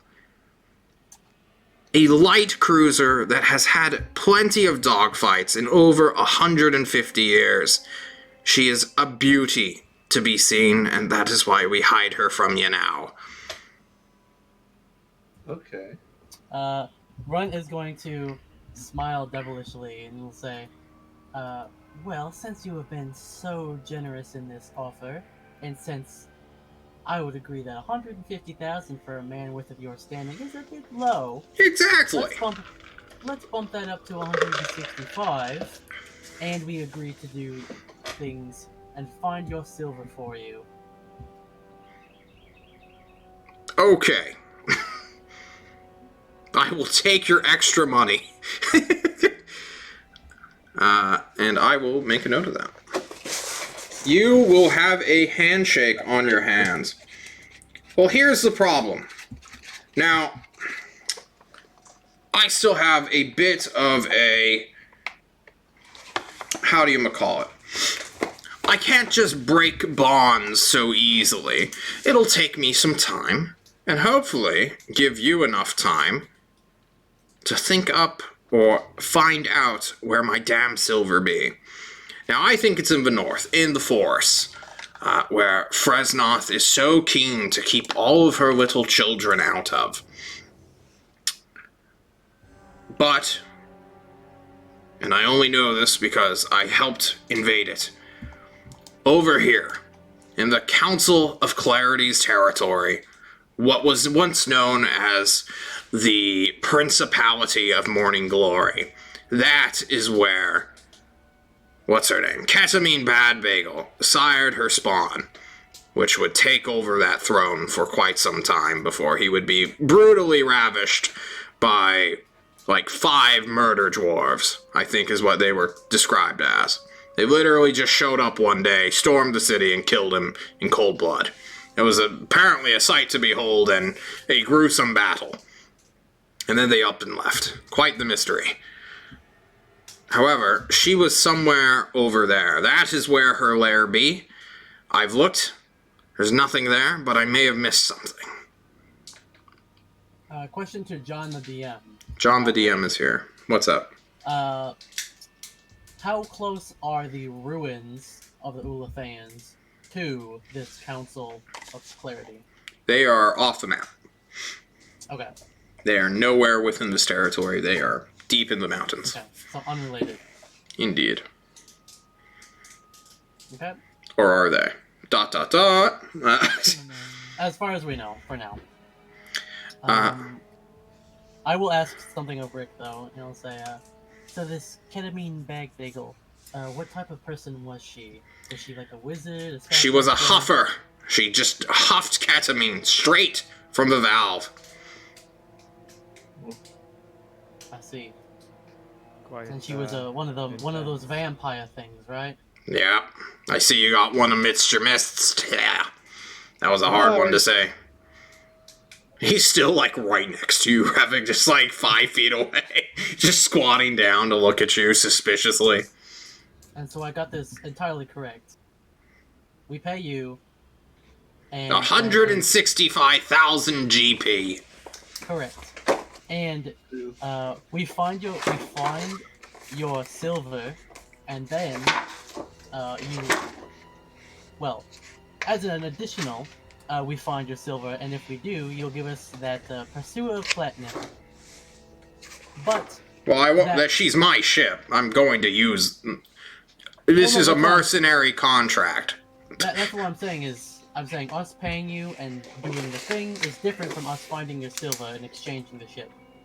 But if we do that, that is something. It's one and the same. Okay. Just double checking so everyone understands that. Well, quick question, Mr. Silverback. Yes. You say you want your silver. Is this like a chest, a vase? You will know it when you see it, and you should not touch it. It is incredibly cursed. Good to know. Is this the reason why you are were-gorilla? Who told you I was a were-gorilla? And he just squints his eyes at you. You did like 5 minutes ago. You just said that he's 100%. I didn't say that. You're making that up. And then he stands up.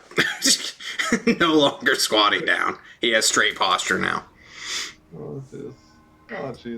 Well, if that's the case, and this is all squared away, when can you, or rather, what kind of timetable are we looking at when we can expect your help? At the earliest. I can delay for a month or so. Fresnoth won't send her airships in now that I am dragging my feet, as it were, just as she's been dragging her feet for 5 years. She will make her demands. I will be 10,000 to 7,000 feet above her, pretending I'm out of communicator range, doing scouting. I will do my own evasiveness. I've been around the block once or twice. As to be expected of a man of your And in that stature. month, you and your little crackpot team of diplomats, I see the way you aren't truly soldiers. You go out, you can carry yourselves through enemy territory, and then you can locate my damn silver. Indeed. We will do that for you. Indeed. Promise. Have your bald-headed, weird-eared, killer of children contact me when you've located it. I want to have a conversation with her. Alright, and how would you want us to go about doing it? Just She can hail me. I'll be easy to find. I'll be in the sky. alright, fair enough. I want to know that. Is there anything else that we should perhaps talk of before we depart? He thinks for a moment, and lets the players also think of things they might want to ask. Or Does- looks at his party members expectantly, having finished his business.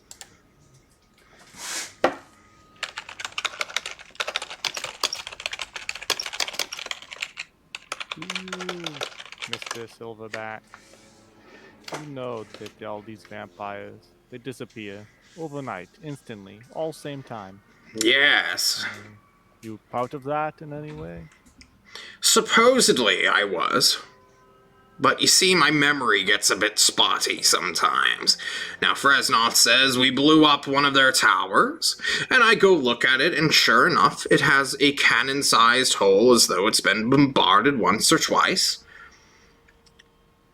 But it don't feel like I'm any more whole after getting my revenge. At least tangentially on ketamine bad bagels. It's funny, when you ask where the vampires be, I have recollections of them, and so do my crew, and so does everyone, really. But for the life of us, we can't truly remember. No one will be honest or upfront with that, but they're somewhere. I don't think they're dead. And anyone with half a brain would think they're alive and kicking somewhere, doing something.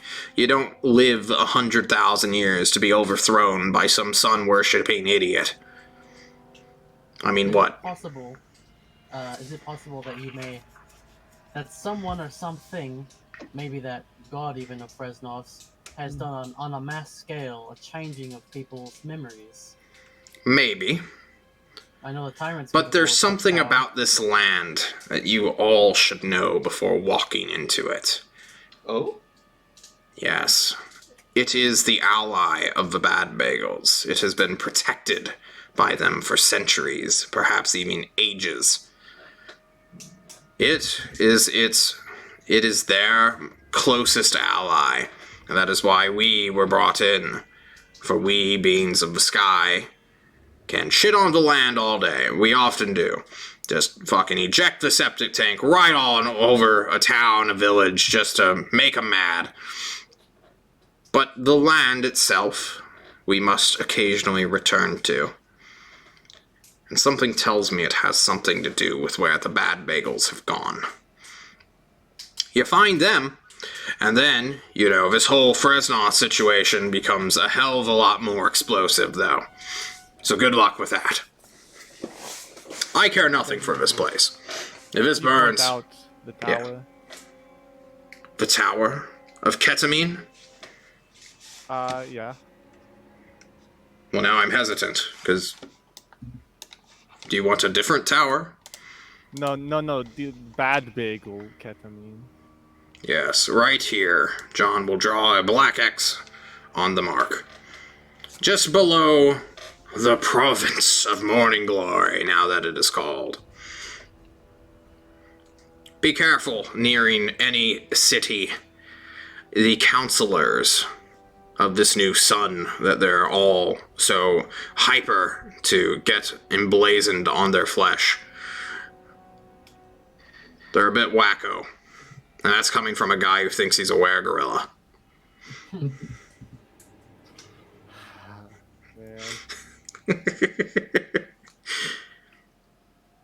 Thank you for your tidbits of knowledge. It'll definitely be very helpful in not dying. Oh, shit. We may have Eric coming on soon. So suddenly, Nav shouts out, "Does your dick stay the same size when you transform?" He just has to know. And I suppose Shit Dick Rick will inform him that no, it does not. And then he'll be like, "What do you mean when you say transform, though?" Like, normally, I'm a grower, not a shower. What can I say?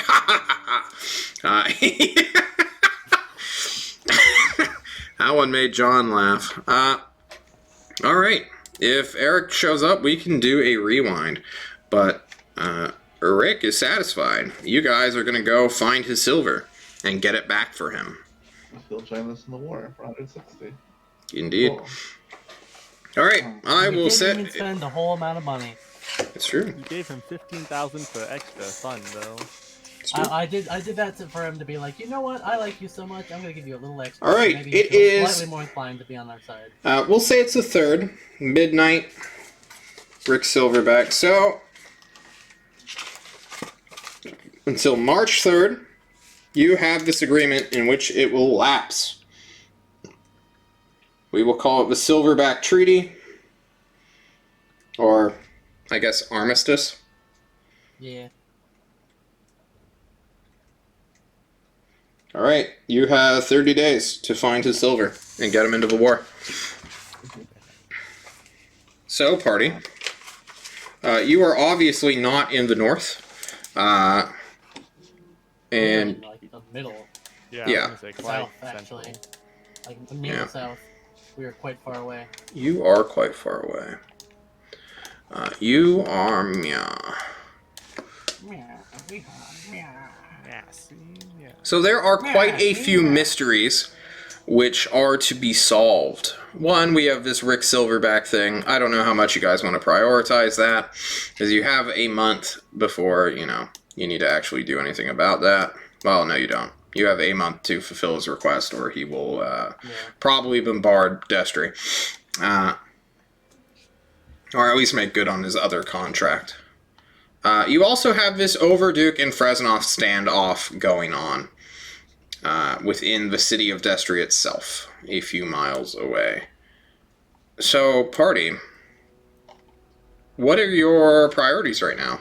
You are my 3 trend centers, since my other 2 people aren't here. Our priority is to Protect the do our mission, which is to protect the Overduke until the rest of the Tulsk forces arrive, however long that takes. And then I would suggest, yeah, so we have to defend for about a week or so, or whenever they arrive. And then once that happens, assess the situation with our new forces, as well as how badly, the fight goes for us. And then use that extra 2 to 3 weeks that we'll have left to try and get Rick Silverback on our side by finding, his silver. All right. I think we should. I mean, this is just out of character, maybe, or maybe Revit brings it up later. But when we go get the silver, maybe we bring the Overduke with us, just to keep him out of Destry. Maybe it'd be safer. Well, the problem with that is, because I had the same thoughts last session, is that we kind of have to keep him in Destry in order for us to have that claim to, for him to be the quote-unquote Overduke. It's essentially a king needs to stay on his throne to still be the king, even if it's only symbolistic. So that's why we have to prioritize defending him in Destry, because he needs to stay there. Otherwise, we lose a lot of legitimacy. This guy will help us once we find his silver, right? Well, that he means- won't help us, but he won't work against us either. I was gonna say during this whole time he's like beating his dick, doing nothing. Yeah, basically. Shit Dick Rick is beating his dick for a whole month, which is why we have 30 days. We have time to defend and wait for the rest of the Toast forces that we know are coming. Which Okay. is why we should use it purely to defend him. Okay. Because we shouldn't. We'll have plenty of time to go on other stuff when we know that the city can be defended with all of the Toast forces, Gotcha. or Okay. at least the next wave. Okay. All right. This doesn't sound so bad.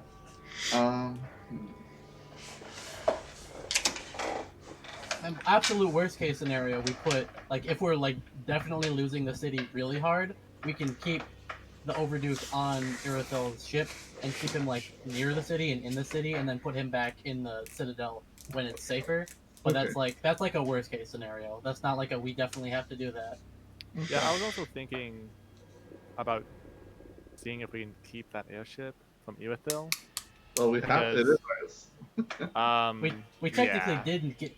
We technically didn't barter it to Rick because it This seemed is like he yeah, didn't exactly. want I'm saying we So- lied to Irithil and saying we did, and just take that bit. it. Yeah. Well, we could tell Irithel Rick has allowed as part of the deal. Rick has allowed us to use the airship. And then eventually we have to give once the deal is fully complete, because we'll have to mention that the deal isn't fully complete until he gets his silverback. Silver. Once the deal is fully complete and we give him his silverback, then we give the ship back. So we can tell her that. All We right. can use it in the meantime. We are going to go take a short break while I drag Eric in here and get a new camera set up. We will be right back, everybody. Woohoo! Mics are clear. Nav. Wait, lunch. Hey, bud. Oh, fuck. My mic's still...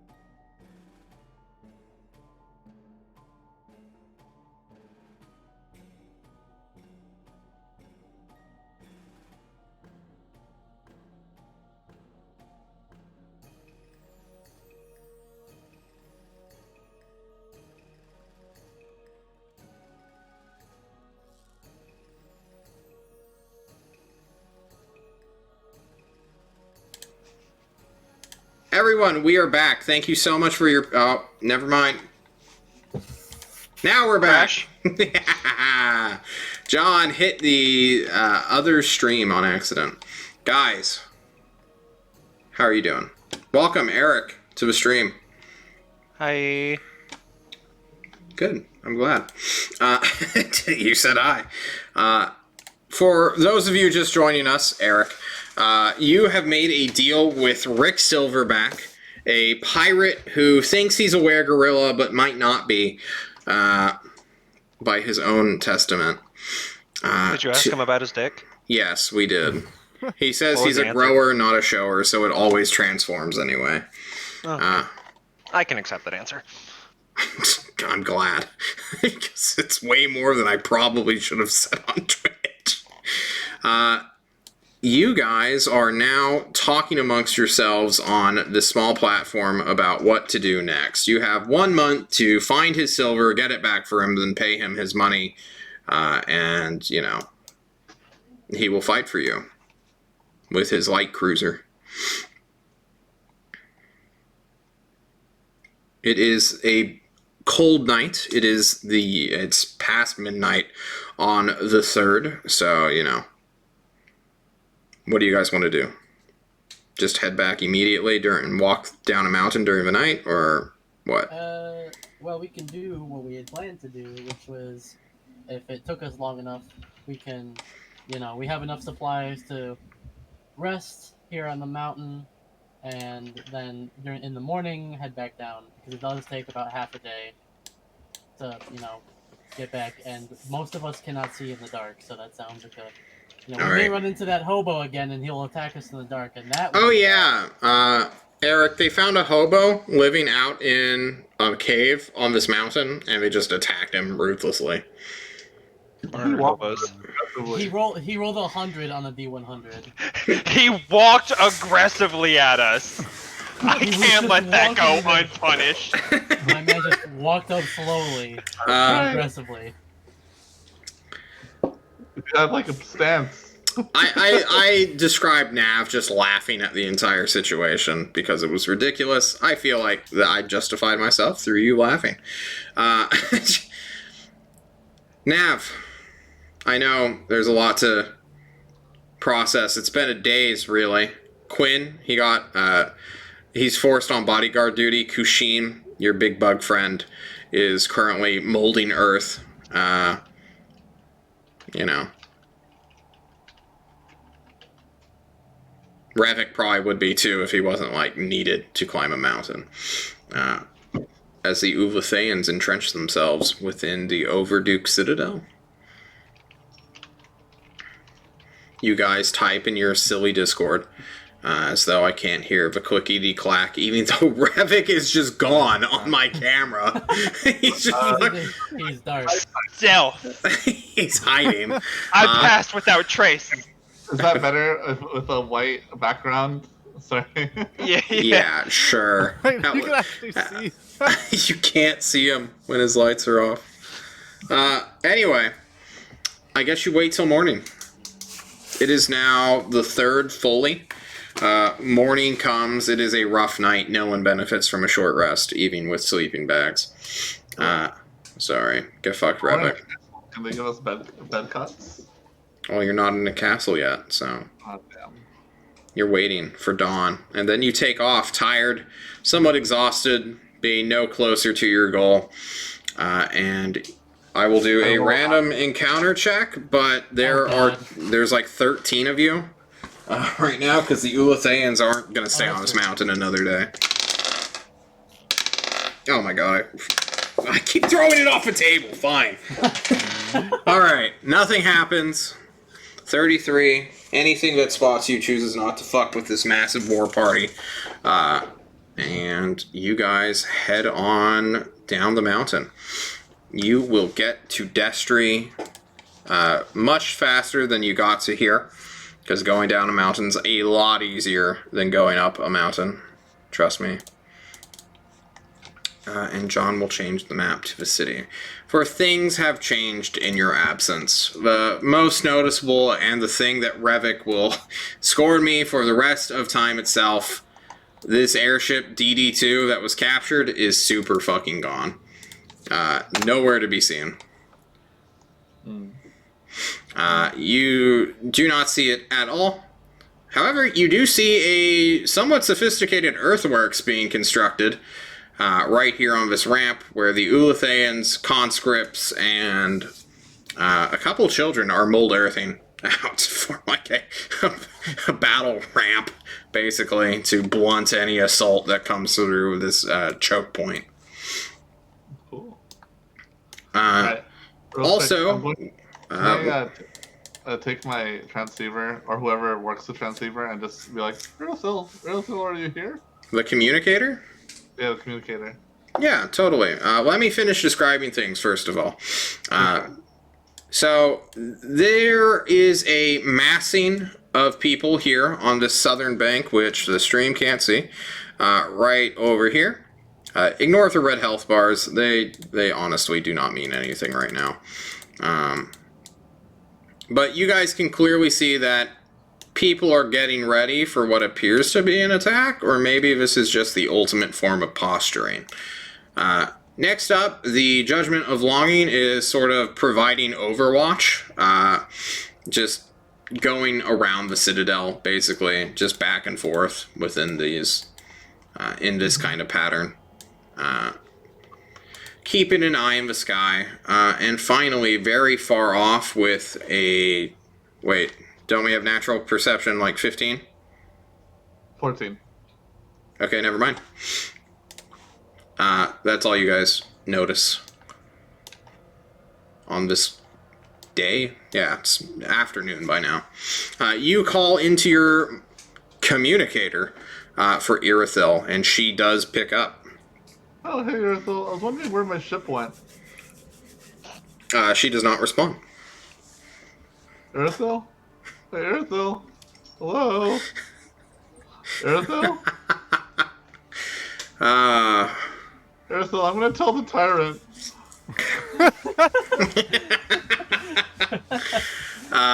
There are many a recording of this happening on the vessel that you are unaware of, but they will be clipping that. Just like constantly repeating it. I'm gonna tell the tyrant. Anything else before you guys descend? Any actions you want to declare? Anything? Nav, you need anything to get caught up? Or do they do a good enough summary in your Discord? If at all. What the hell is this over here? Over that I'm pinging. God damn it. Brood. I already explained it. Fuck you. Alright. You dying boy. Alright. An army is being formed and organized. Okay. Alright.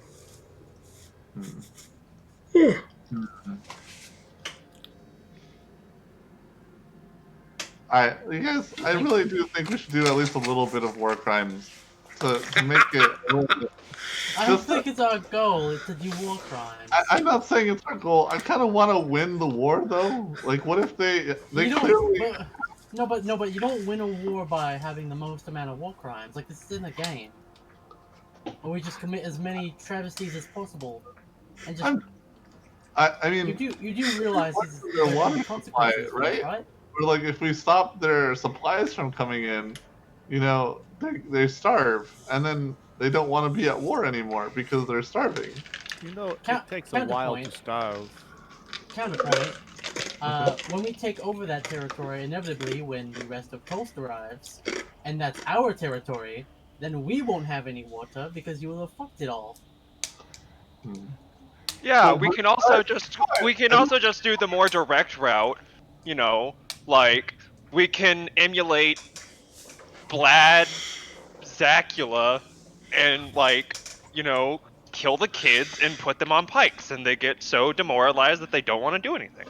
Oh, I mean, but I feel like... See, yeah, you can't finish a sentence. It's sound reasoning. Well, because Kashim wouldn't like that. Yeah, I'm pretty sure Kashim doesn't like this already.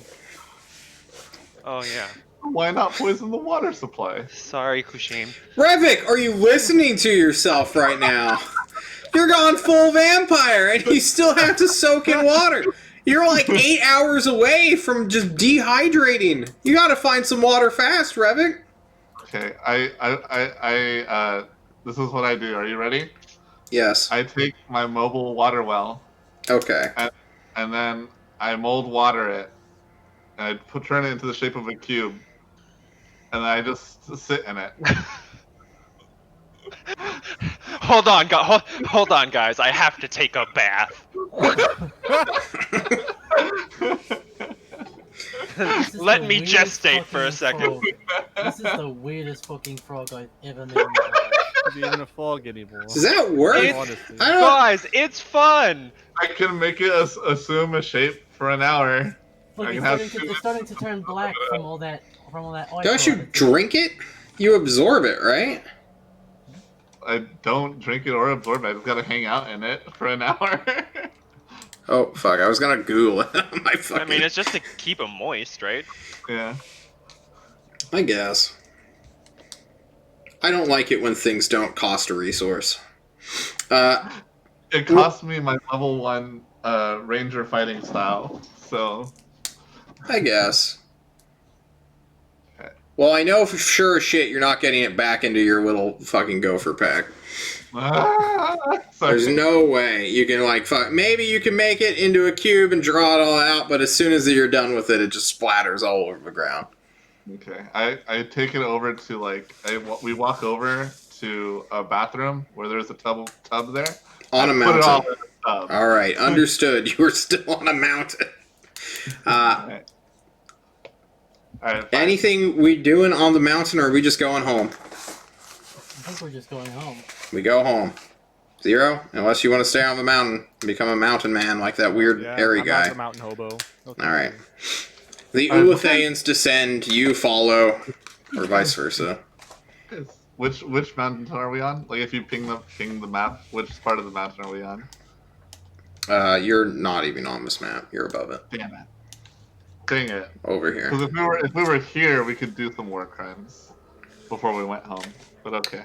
Yeah. I mean, you can really navigate. You really want to do some war crimes, huh? We gotta put some progress towards winning the war. Right. We can win the war by killing adults as much as we kill children.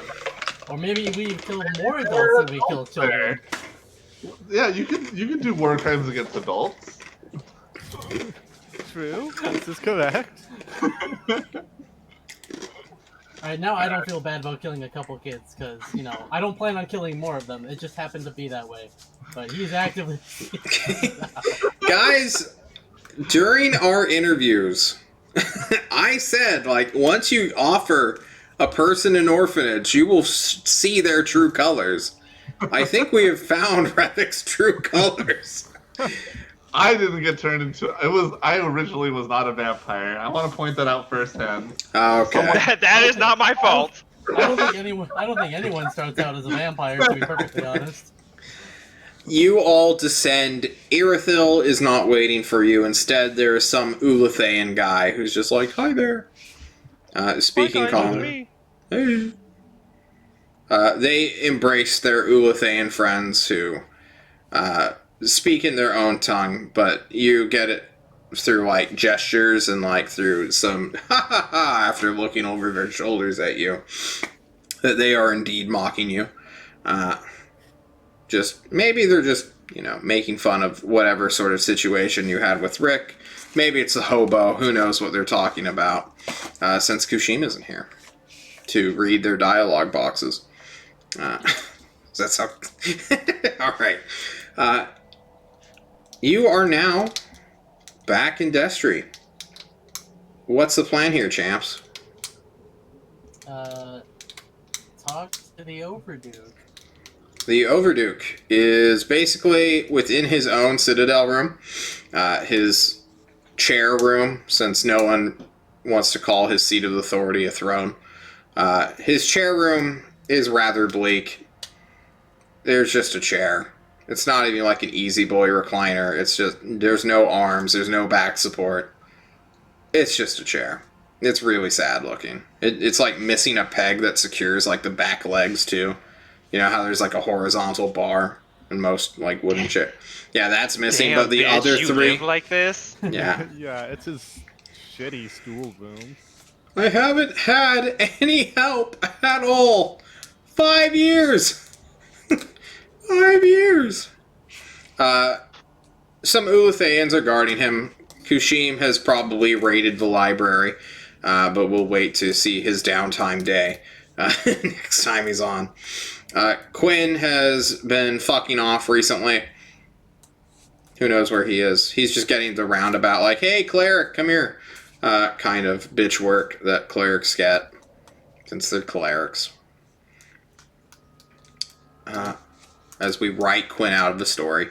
What would you guys like to do? Can I find one of the guards and try to see if I could ask them, hey, your boss, Irithil, where? They look at you, and then they like motion for your neck. Just use your communicator, dipshit. I think Irithil will talk to anyone that isn't Rivik, because she hates Rivik, that I've learned. So, you know, if you just ask for her, she'll probably Oh, respond. you think she is here? I kind of know that she's here. Her ship is, you know, in the Yeah, sky. you didn't think she took the other one to fuck off somewhere? No, I don't think that. I think they're using it for something else, but I don't think Irithil's on it. The tyrant said Irithil has to be nice to me now. Yes, it's easy if he Alright. doesn't talk to you. Irithil, this is Runt. Can you come in, please? What's up, Runt? Quick question. I know you're super busy and there's a lot going on, but Yep. Is that other ship being in use right now? Yeah. Okay, cool. Thank you. Also, Zero wanted to talk to you if you have some spare time. He has a headset. That's what I told him. And that's it. It's just static for a moment. I'll look to Zero. Alright, you're good. You're good to go. You answered the questions I had. Alright, it's in use.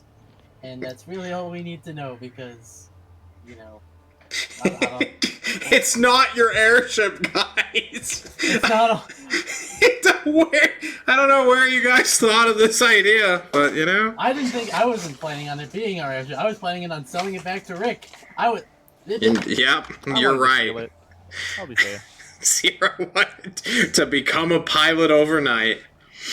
No, I just wanted to steal. I feel like having to wait for Irithil to ferry us is kind of annoying. No? True. You were in front of the Overduke. He looks pathetic as usual. He's wearing he's not even wearing a shirt. He's wearing like an undershirt and then like a cloak. Like one of those fancy French noble cloaks that would just drag for like 8 feet. He's like wearing that kind of as a snuggie. Hey there. I have some good news as we return from the Oh yeah? You figured out why the heater went off?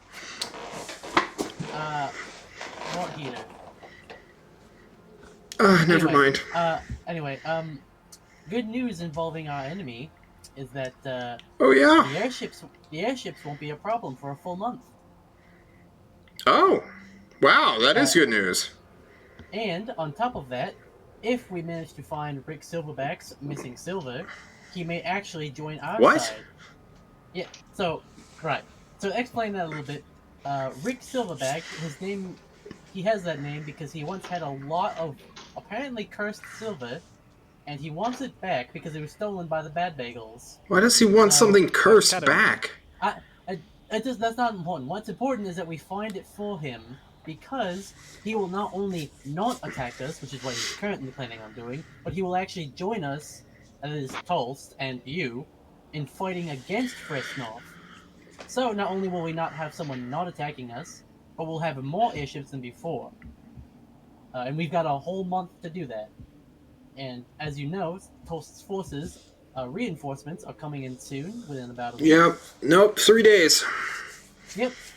So less than half a week. So as soon as they're here, and we defend off a good number of Fresnov's forces, we can start investigating where this missing silver might be. 2 and days. turn the tides rather quickly. And when Runt ends, Nav, rather than using his own communicator, he's gonna bend down and like grab the one at fucking Runt's neck, and be like, you rip the earpiece I got- out of his ear and just stab it in your own. What? I asked about his dick and I got a vague answer, so I think the silver has to do with that. Wait, into the But why did you take away my communicator? The Overduke's right there. Like he's literally sitting in the chair right in front of us. Well, I'm Yeah. not talking about the Overduke's dick. No. Revit from another room responds. Now it's just making. It's like, yeah, it was kind of weird, but you know, like the more information, it was a better briefing. Yeah. We're covering all our bases here, okay? Can we not? Irithil just like quickly jumps on the mic. What do you mean? Like the cursed silver has something to do with his dick?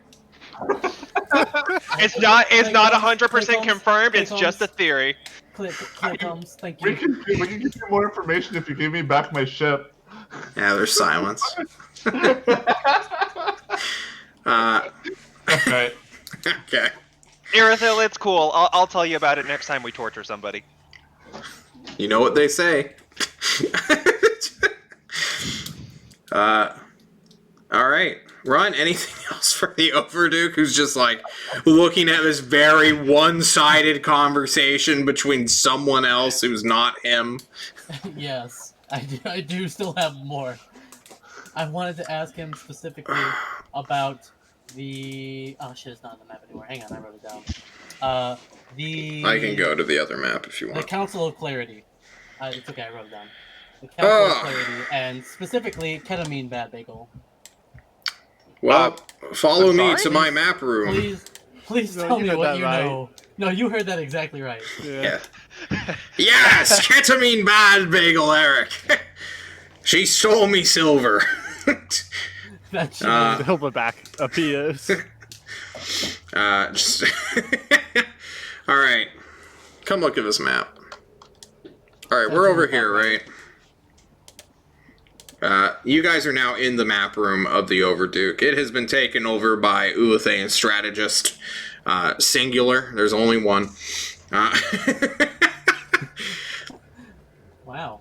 Now, it's hard to see, but alright, so over here is the Duchy of Dissel.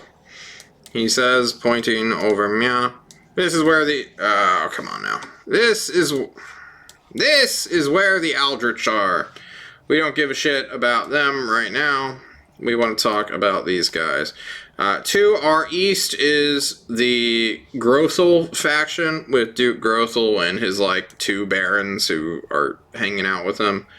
And finally, there's the territory of Drissel and the province of Morning Glory, previously known as the Principality because during the Revolution, Resnoth could not take it, and then, you know, the vampire spawn there had, like, a bone to pick with Fresnoth, so he was, like, out in the open, and just, like, this stalwart resistor of the new change that befell his nation. So, that Bad Bagels got murked by 5 what I call murder dwarves, or that's what the people called them. They literally just went in, like, broke into a sheriff's station, freed another one of them, and then just fucking cut a path all the way to the keep, killed him. Which was, like, really crazy, because we were pretty sure they were, like, level 1 adventurers or some crazy shit, and then they just pull out, like, they just kill him. They just fucking brutalize the guy, and, like, steal all of his shit, which we needed. Well, which I needed. Anyway, the Council of Clarity sort of appeared right after that. They were like a calming force, they called themselves, and we're gonna show everyone the truth, and Fresnoth is dope, and we should support her. So those 2 sort of, like, were in cahoots, and we believe, you know, you don't just take over a country overnight. They are probably the organization that helped Fresnoth even claim my old lands and territory over here. which the GM layer cannot see. But yeah, that's the Council of Clarity. They're all... The ones I have seen are all crazy and are pretty not fun to be around. They are not cash money, as the old bad bagels used to say. Gibby. We lost Gibby. What a fuck. Is he back? Lounge, though. He's in the lounge. Did he cough his way out of cams? Oh no. I mean, that was me, but Oh my god. Turn on your camera, Gibby. I can't. My internet's dead, so I'm literally using my phone. Ah. Both Oof. cameras dead. So Don't worry. Eric, you're runt now. Zero is runt. And John is oh, sad. so when somebody else fucks it up, it's okay. But when I change my name, Yeah. fuck you. No, Eric. Fuck you. Anyway, that's the deal with the Council of Clarity. They're all fucking crazy. all right, nice. Okay, just so I know that I'm reading this right, the dotted lines are territory boundaries of the Yeah. major parties in the area. That's roughly like how far they go. Okay. There's some no man land that I'm supposed to own. Supposed to. I have no way of. Yeah. I don't have an army. No defensive force to Yeah, they don't listen to me. actually claim it. But like the citizens of Destry who used to like live in this city are now currently hanging out in the woods to our north west. They'd rather risk the forestry, see who comes out on top, and then, you know, they'll filter back in later, I guess. He's cold. He's like, ooh, I'm so cold. It's like 60 degrees inside his house, and he's just fucking freezing, apparently. These Council of Clarity, do they have any like war forces? Do they actually do anything?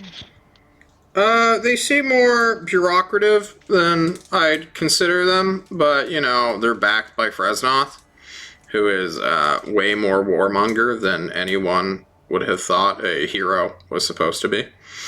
You know, it's funny what this place does to you. He just says, glaring a little bit.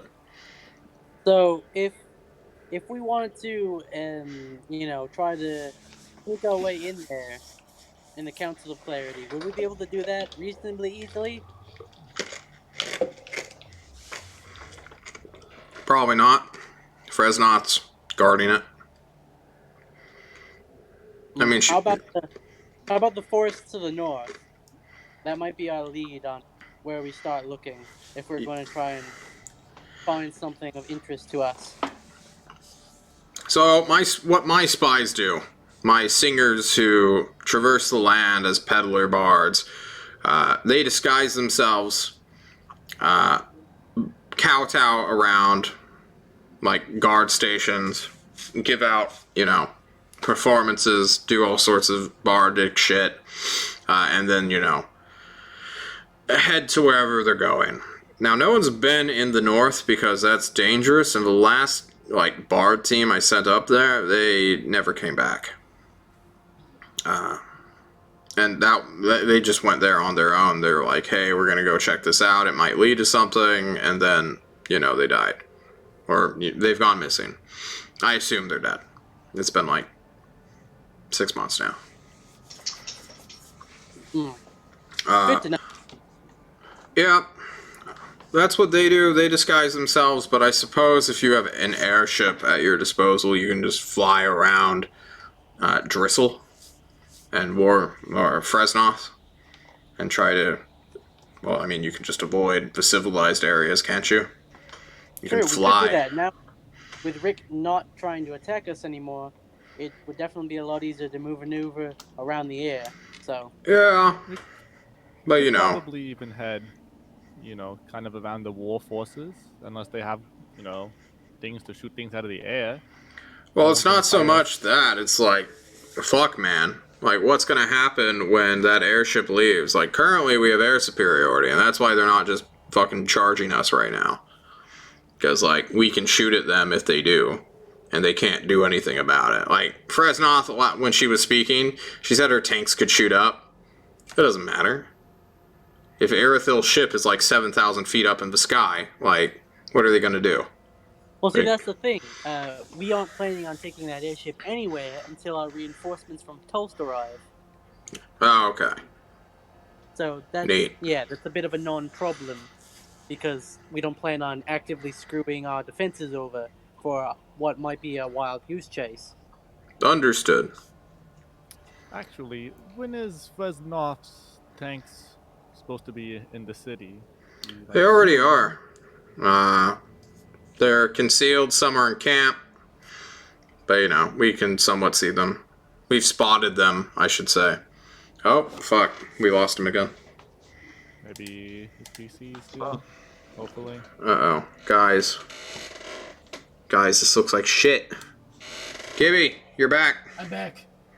Oh my god. Now I have He's to... really back. Oh, Gibby's the dungeon master. Not anymore. well, I am, just not yours. Alright, cool. True. True. So, what's the plan here, champs? The Overduke asks you.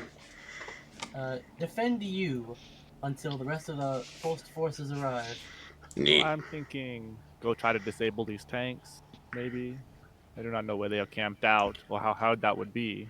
But if we could stop their armor, killing infantry is pretty easy.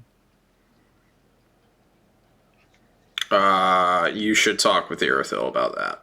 I'm not. I have no, strategist guy, even. I have no business Hey, you asked the talking. question, you No, know. no, you're good. I thought you were supposed to guard me, not fucking go on a suicide run to... That's my plan. He shoots you a thumbs up, and then shows off his new ring that Quinn gave him. Supposedly, when something's supposed to happen, Quinn's gonna cast a spell on me. Currently, he's doing some other bullshit. Revik looks sad. He looks at you. Uh, Do you want the ring? No, it doesn't mean anything if it's you giving it to me. Oh. Oh, wow. That's a little offensive. The Overduke looks sad. Starts to roll up his 8-foot-long, massive cloak and just, waddles out the room. Oh, actually, Overduke. Oh, yeah, what? Aluminum mine. Silverback really likes it. I do not know. Well, shit, we all do. It's our only valuable resource here in Destry. Exactly. I don't know about after, but he might try to take it from you. You know, who knows? He can try. He probably will succeed, but he can still try. He just fucking bundles up and moves on out. Scuttles out of the room. The strategist is just sipping something. Just having watched this entire thing. Wearing his splint mail. It's just... Strategist. He slowly puts on his helmet. What's your opinion on all this? Mr. Strategist, Ulathayan? He doesn't say anything. Maybe he doesn't even speak your language. Excellent. But he leaves. As soon as you guys continue to just stare at him for a little while, he gets uncomfortable and skadoodles. He's like, well, I can see this room is claimed. What John, the dungeon master, wants to know is, what sort of preparations are you going to do for this May coming battle? Soon coming battle? Look for bullets. I would like more than 4 bullets, please. You know, even if you find bullets, you know they're probably not going to fit in that gun, right? That's why I want to look. Alright, never let's see know. that investigation check. Okay. Runt looks for weapons in the old Bad Bagel's armory, which is also kind of a gimp room. 13. Alright, cool. That's a number. Anybody else have any actions? Can I get Quinn to cast Without Trace on me? And then I want to go and find. God damn. His spell slots. He's already down so many spell slots, guys. There's no way of getting them back.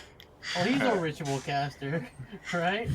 Can't ritual cast Pass Without Trace. He can recover. What was it called? He's already Short done that. It's Channel Divinity. Yeah, he has nothing left. Oh, he has some stuff left, but it's not like a lot. All right, cool. Well, He walks up to you and sort of pensively says, Irithil won't let me cast spells. I have to get them confirmed before I cast them now. it's poor okay, guy. buddy. That happens. She's a bitch. Yeah, Pat, he nods. And then, like, you miss him because he's got 21 AC. Just all the time.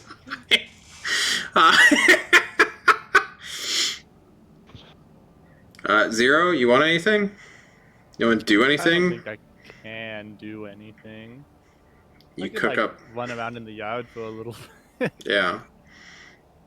Do you cook? Do you at least make food?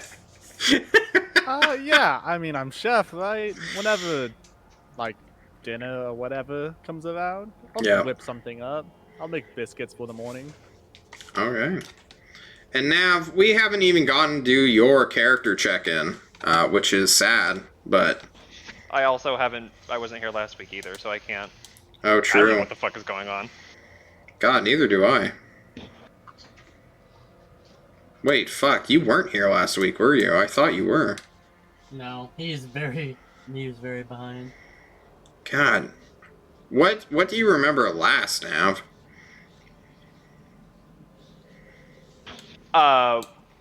We killed children. Alright, excuse me. I did not kill any children. I tried to avoid killing children. True. Yes. And based. I said that and my roommate was just like, you're talking about D&D, right? You didn't actually kill children? No, you cannot have any of my snacks. Fuck you. Get right. He's just fighting on my his roommate. No, you took one of my What oatmeal you cream doing pies work? before you Oh left. yeah, I went Oh to my bought some God. kids real fast. Okay, Yeah. well, you're not getting permission this time. Go buy your own. Sorry, guys. He's just fighting with his roommate. Okay. Brandon's trying to steal my snacks. Oh, Gorgor from the Monday crew. Fuck that guy. I don't trust him, so I'm going to take them in my room. Well then, if we don't have any things we truly want to plan out, and I want to save the battle for next time because it will last probably a long time, depending on how well the experiments go, we can probably stop here. If we're done researching our enemies, if we don't have any more questions, or if we don't have any observations we want to share with each other, I am ready to call it. How about you guys? We're I'm good. good. All right, guys. Tomorrow, Temer and our boy Rumbleroar, well, both of them are our boys, are going to be on Deadly Dungeon. It is at twitch.tv/Koibu. Please go look at them. For people in the VOD, you know, it's Friday nights on twitch.tv/Koibu. Go look at them. They're dope. Apollo Nick is DM. I love him to death. I need to go back on there and kill his dungeon. Fuck that guy. Then Saturday we have Temer again in the political group. They're gonna kidnap a princess or something. yeah. Meet a frog sister. Basically, it's just a female Revik without vampirism. Wow. Yeah. Out vampirism? And that, SMH. well, so does that mean she wants to do war crimes then? Revik just You wants to know, commit war crimes whenever she was feels raised like by a wizard. We can never count out wizards, guys, when it comes to morals.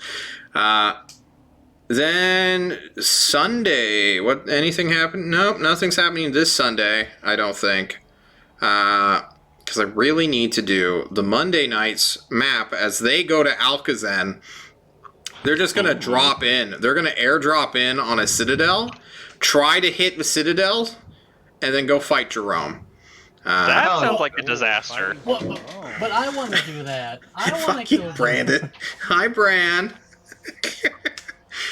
That's Brandon from the Monday group. He is going to fucking die. I promise you guys. They're not going to hit that citadel. They're literally going to airdrop from like 20,000 They feet. Listen, they don't have Lamau boots like we do. They're just They not gonna don't. make it. They're not. Wait, they don't? No, just you guys. They're like airdropping. Like we airdrop with like my the circle things. They don't have either. We don't have No. either Lamau boots, and they don't have the. Circles Fun that we fact, drop. DD2, also known as Revik's airship, is the thing going to airdrop them.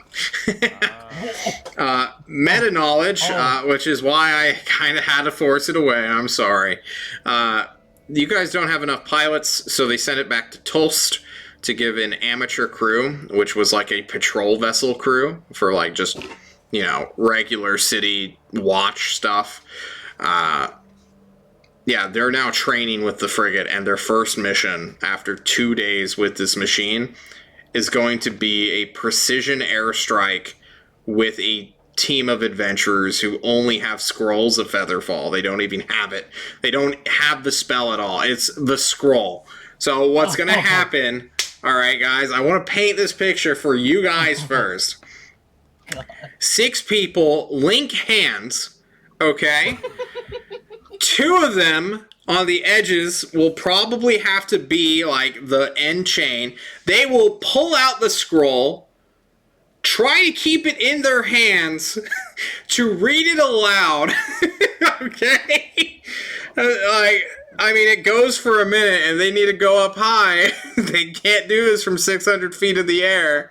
And they're going to mid-cast Featherfall, and that's just going to shoot them straight down. Because Featherfall doesn't carry with the wind. It's just, you still inhabit that 5-foot square. So if they miss at all, they're going straight into a moat or onto a random part of a city. So they're dying, is what I'm They're hearing. gonna wipe, probably. If one of them is feather falling, right? And the other one is not. What Yeah. happened? That one. So one guy has to cast Featherfall solely on himself. By the way, guys, everyone drops 500 feet every round. So going to round it, like, do a counter of like, all right, I'm literally going to like have a clock, match the timer, and be like, all right, you guys better describe your actions. You have 12. You have a 12-second window basically to cast feather. Well, no, you have a literal 6-second window to cast Featherfall on yourself, or you die. No, they're just on drop zone as long as they're holding on to the guy with the featherfall. No, I wish that were the case. It'd make it so much easier. They could just chain it back to back. So, yeah, what happens when the one dude casts and the other 5 just die? Well, no, Featherfall affects like 6 people. Or 5 people. Oh, well, It affects 5 people, so one guy has to cast it solely on himself, and the other guy does the rest. Yeah, what if the one guy casts on himself and the other guy doesn't cast it? Then one guy lives and But everyone they're else holding dies. hands. But they're holding And then hands. probably the one guy dies because he's in enemy territory by himself. Yeah, they're gonna a bunch of fucking yeah, and then they're like, oh, suddenly I'm no longer moving at terminal velocity, and then like their hands just fucking rip apart. Whose fucking idea was this? A group unit like they all signed off on it. They thought it was a great idea. Unanimous decision. Someone was like, guys, wouldn't it be fucking cool if we just fucking airdrop in the middle of the city? They have an airship. Doesn't that city's by tolls, so doesn't it have like an airship like thing that they can land at? Yeah, totally. So then why don't they just Why walk in when you could airdrop in, bro? Fuck it. Airdropping in is cooler. It's true. So I'm going to be done bitching about the Monday crew, and I'm only doing it because Rumble Roar is busy throwing axes competitively in his axe throwing league and isn't here to watch me dunk on him. Temer, though, we'll be seeing him tomorrow, so maybe he'll give him a heads up that John poke some immediate holes in their plan. So here's the thing, guys. They wanted to cliffhanger it right as they were jumping out. That's the real kicker. They're like, John, we should end this as soon as we're jumping out, and then like we'll start immediately descending, as though nothing can go wrong. So Monday is a character creation stream. Got it. All right, guys. Yeah, basically. Start rolling for stats, everybody. It's going to be interesting. If there's two people with Featherfall, and they're holding the hands of someone who doesn't have Featherfall, it's fine, right? Well, one guy's an Azamar, so he can like summon wings and be okay. So that guy's Miros, my European, who refuses to die or quit the campaign, despite me seemingly trying to get rid of them. With how many are dropping left and right. But you know, we'll see. We will see.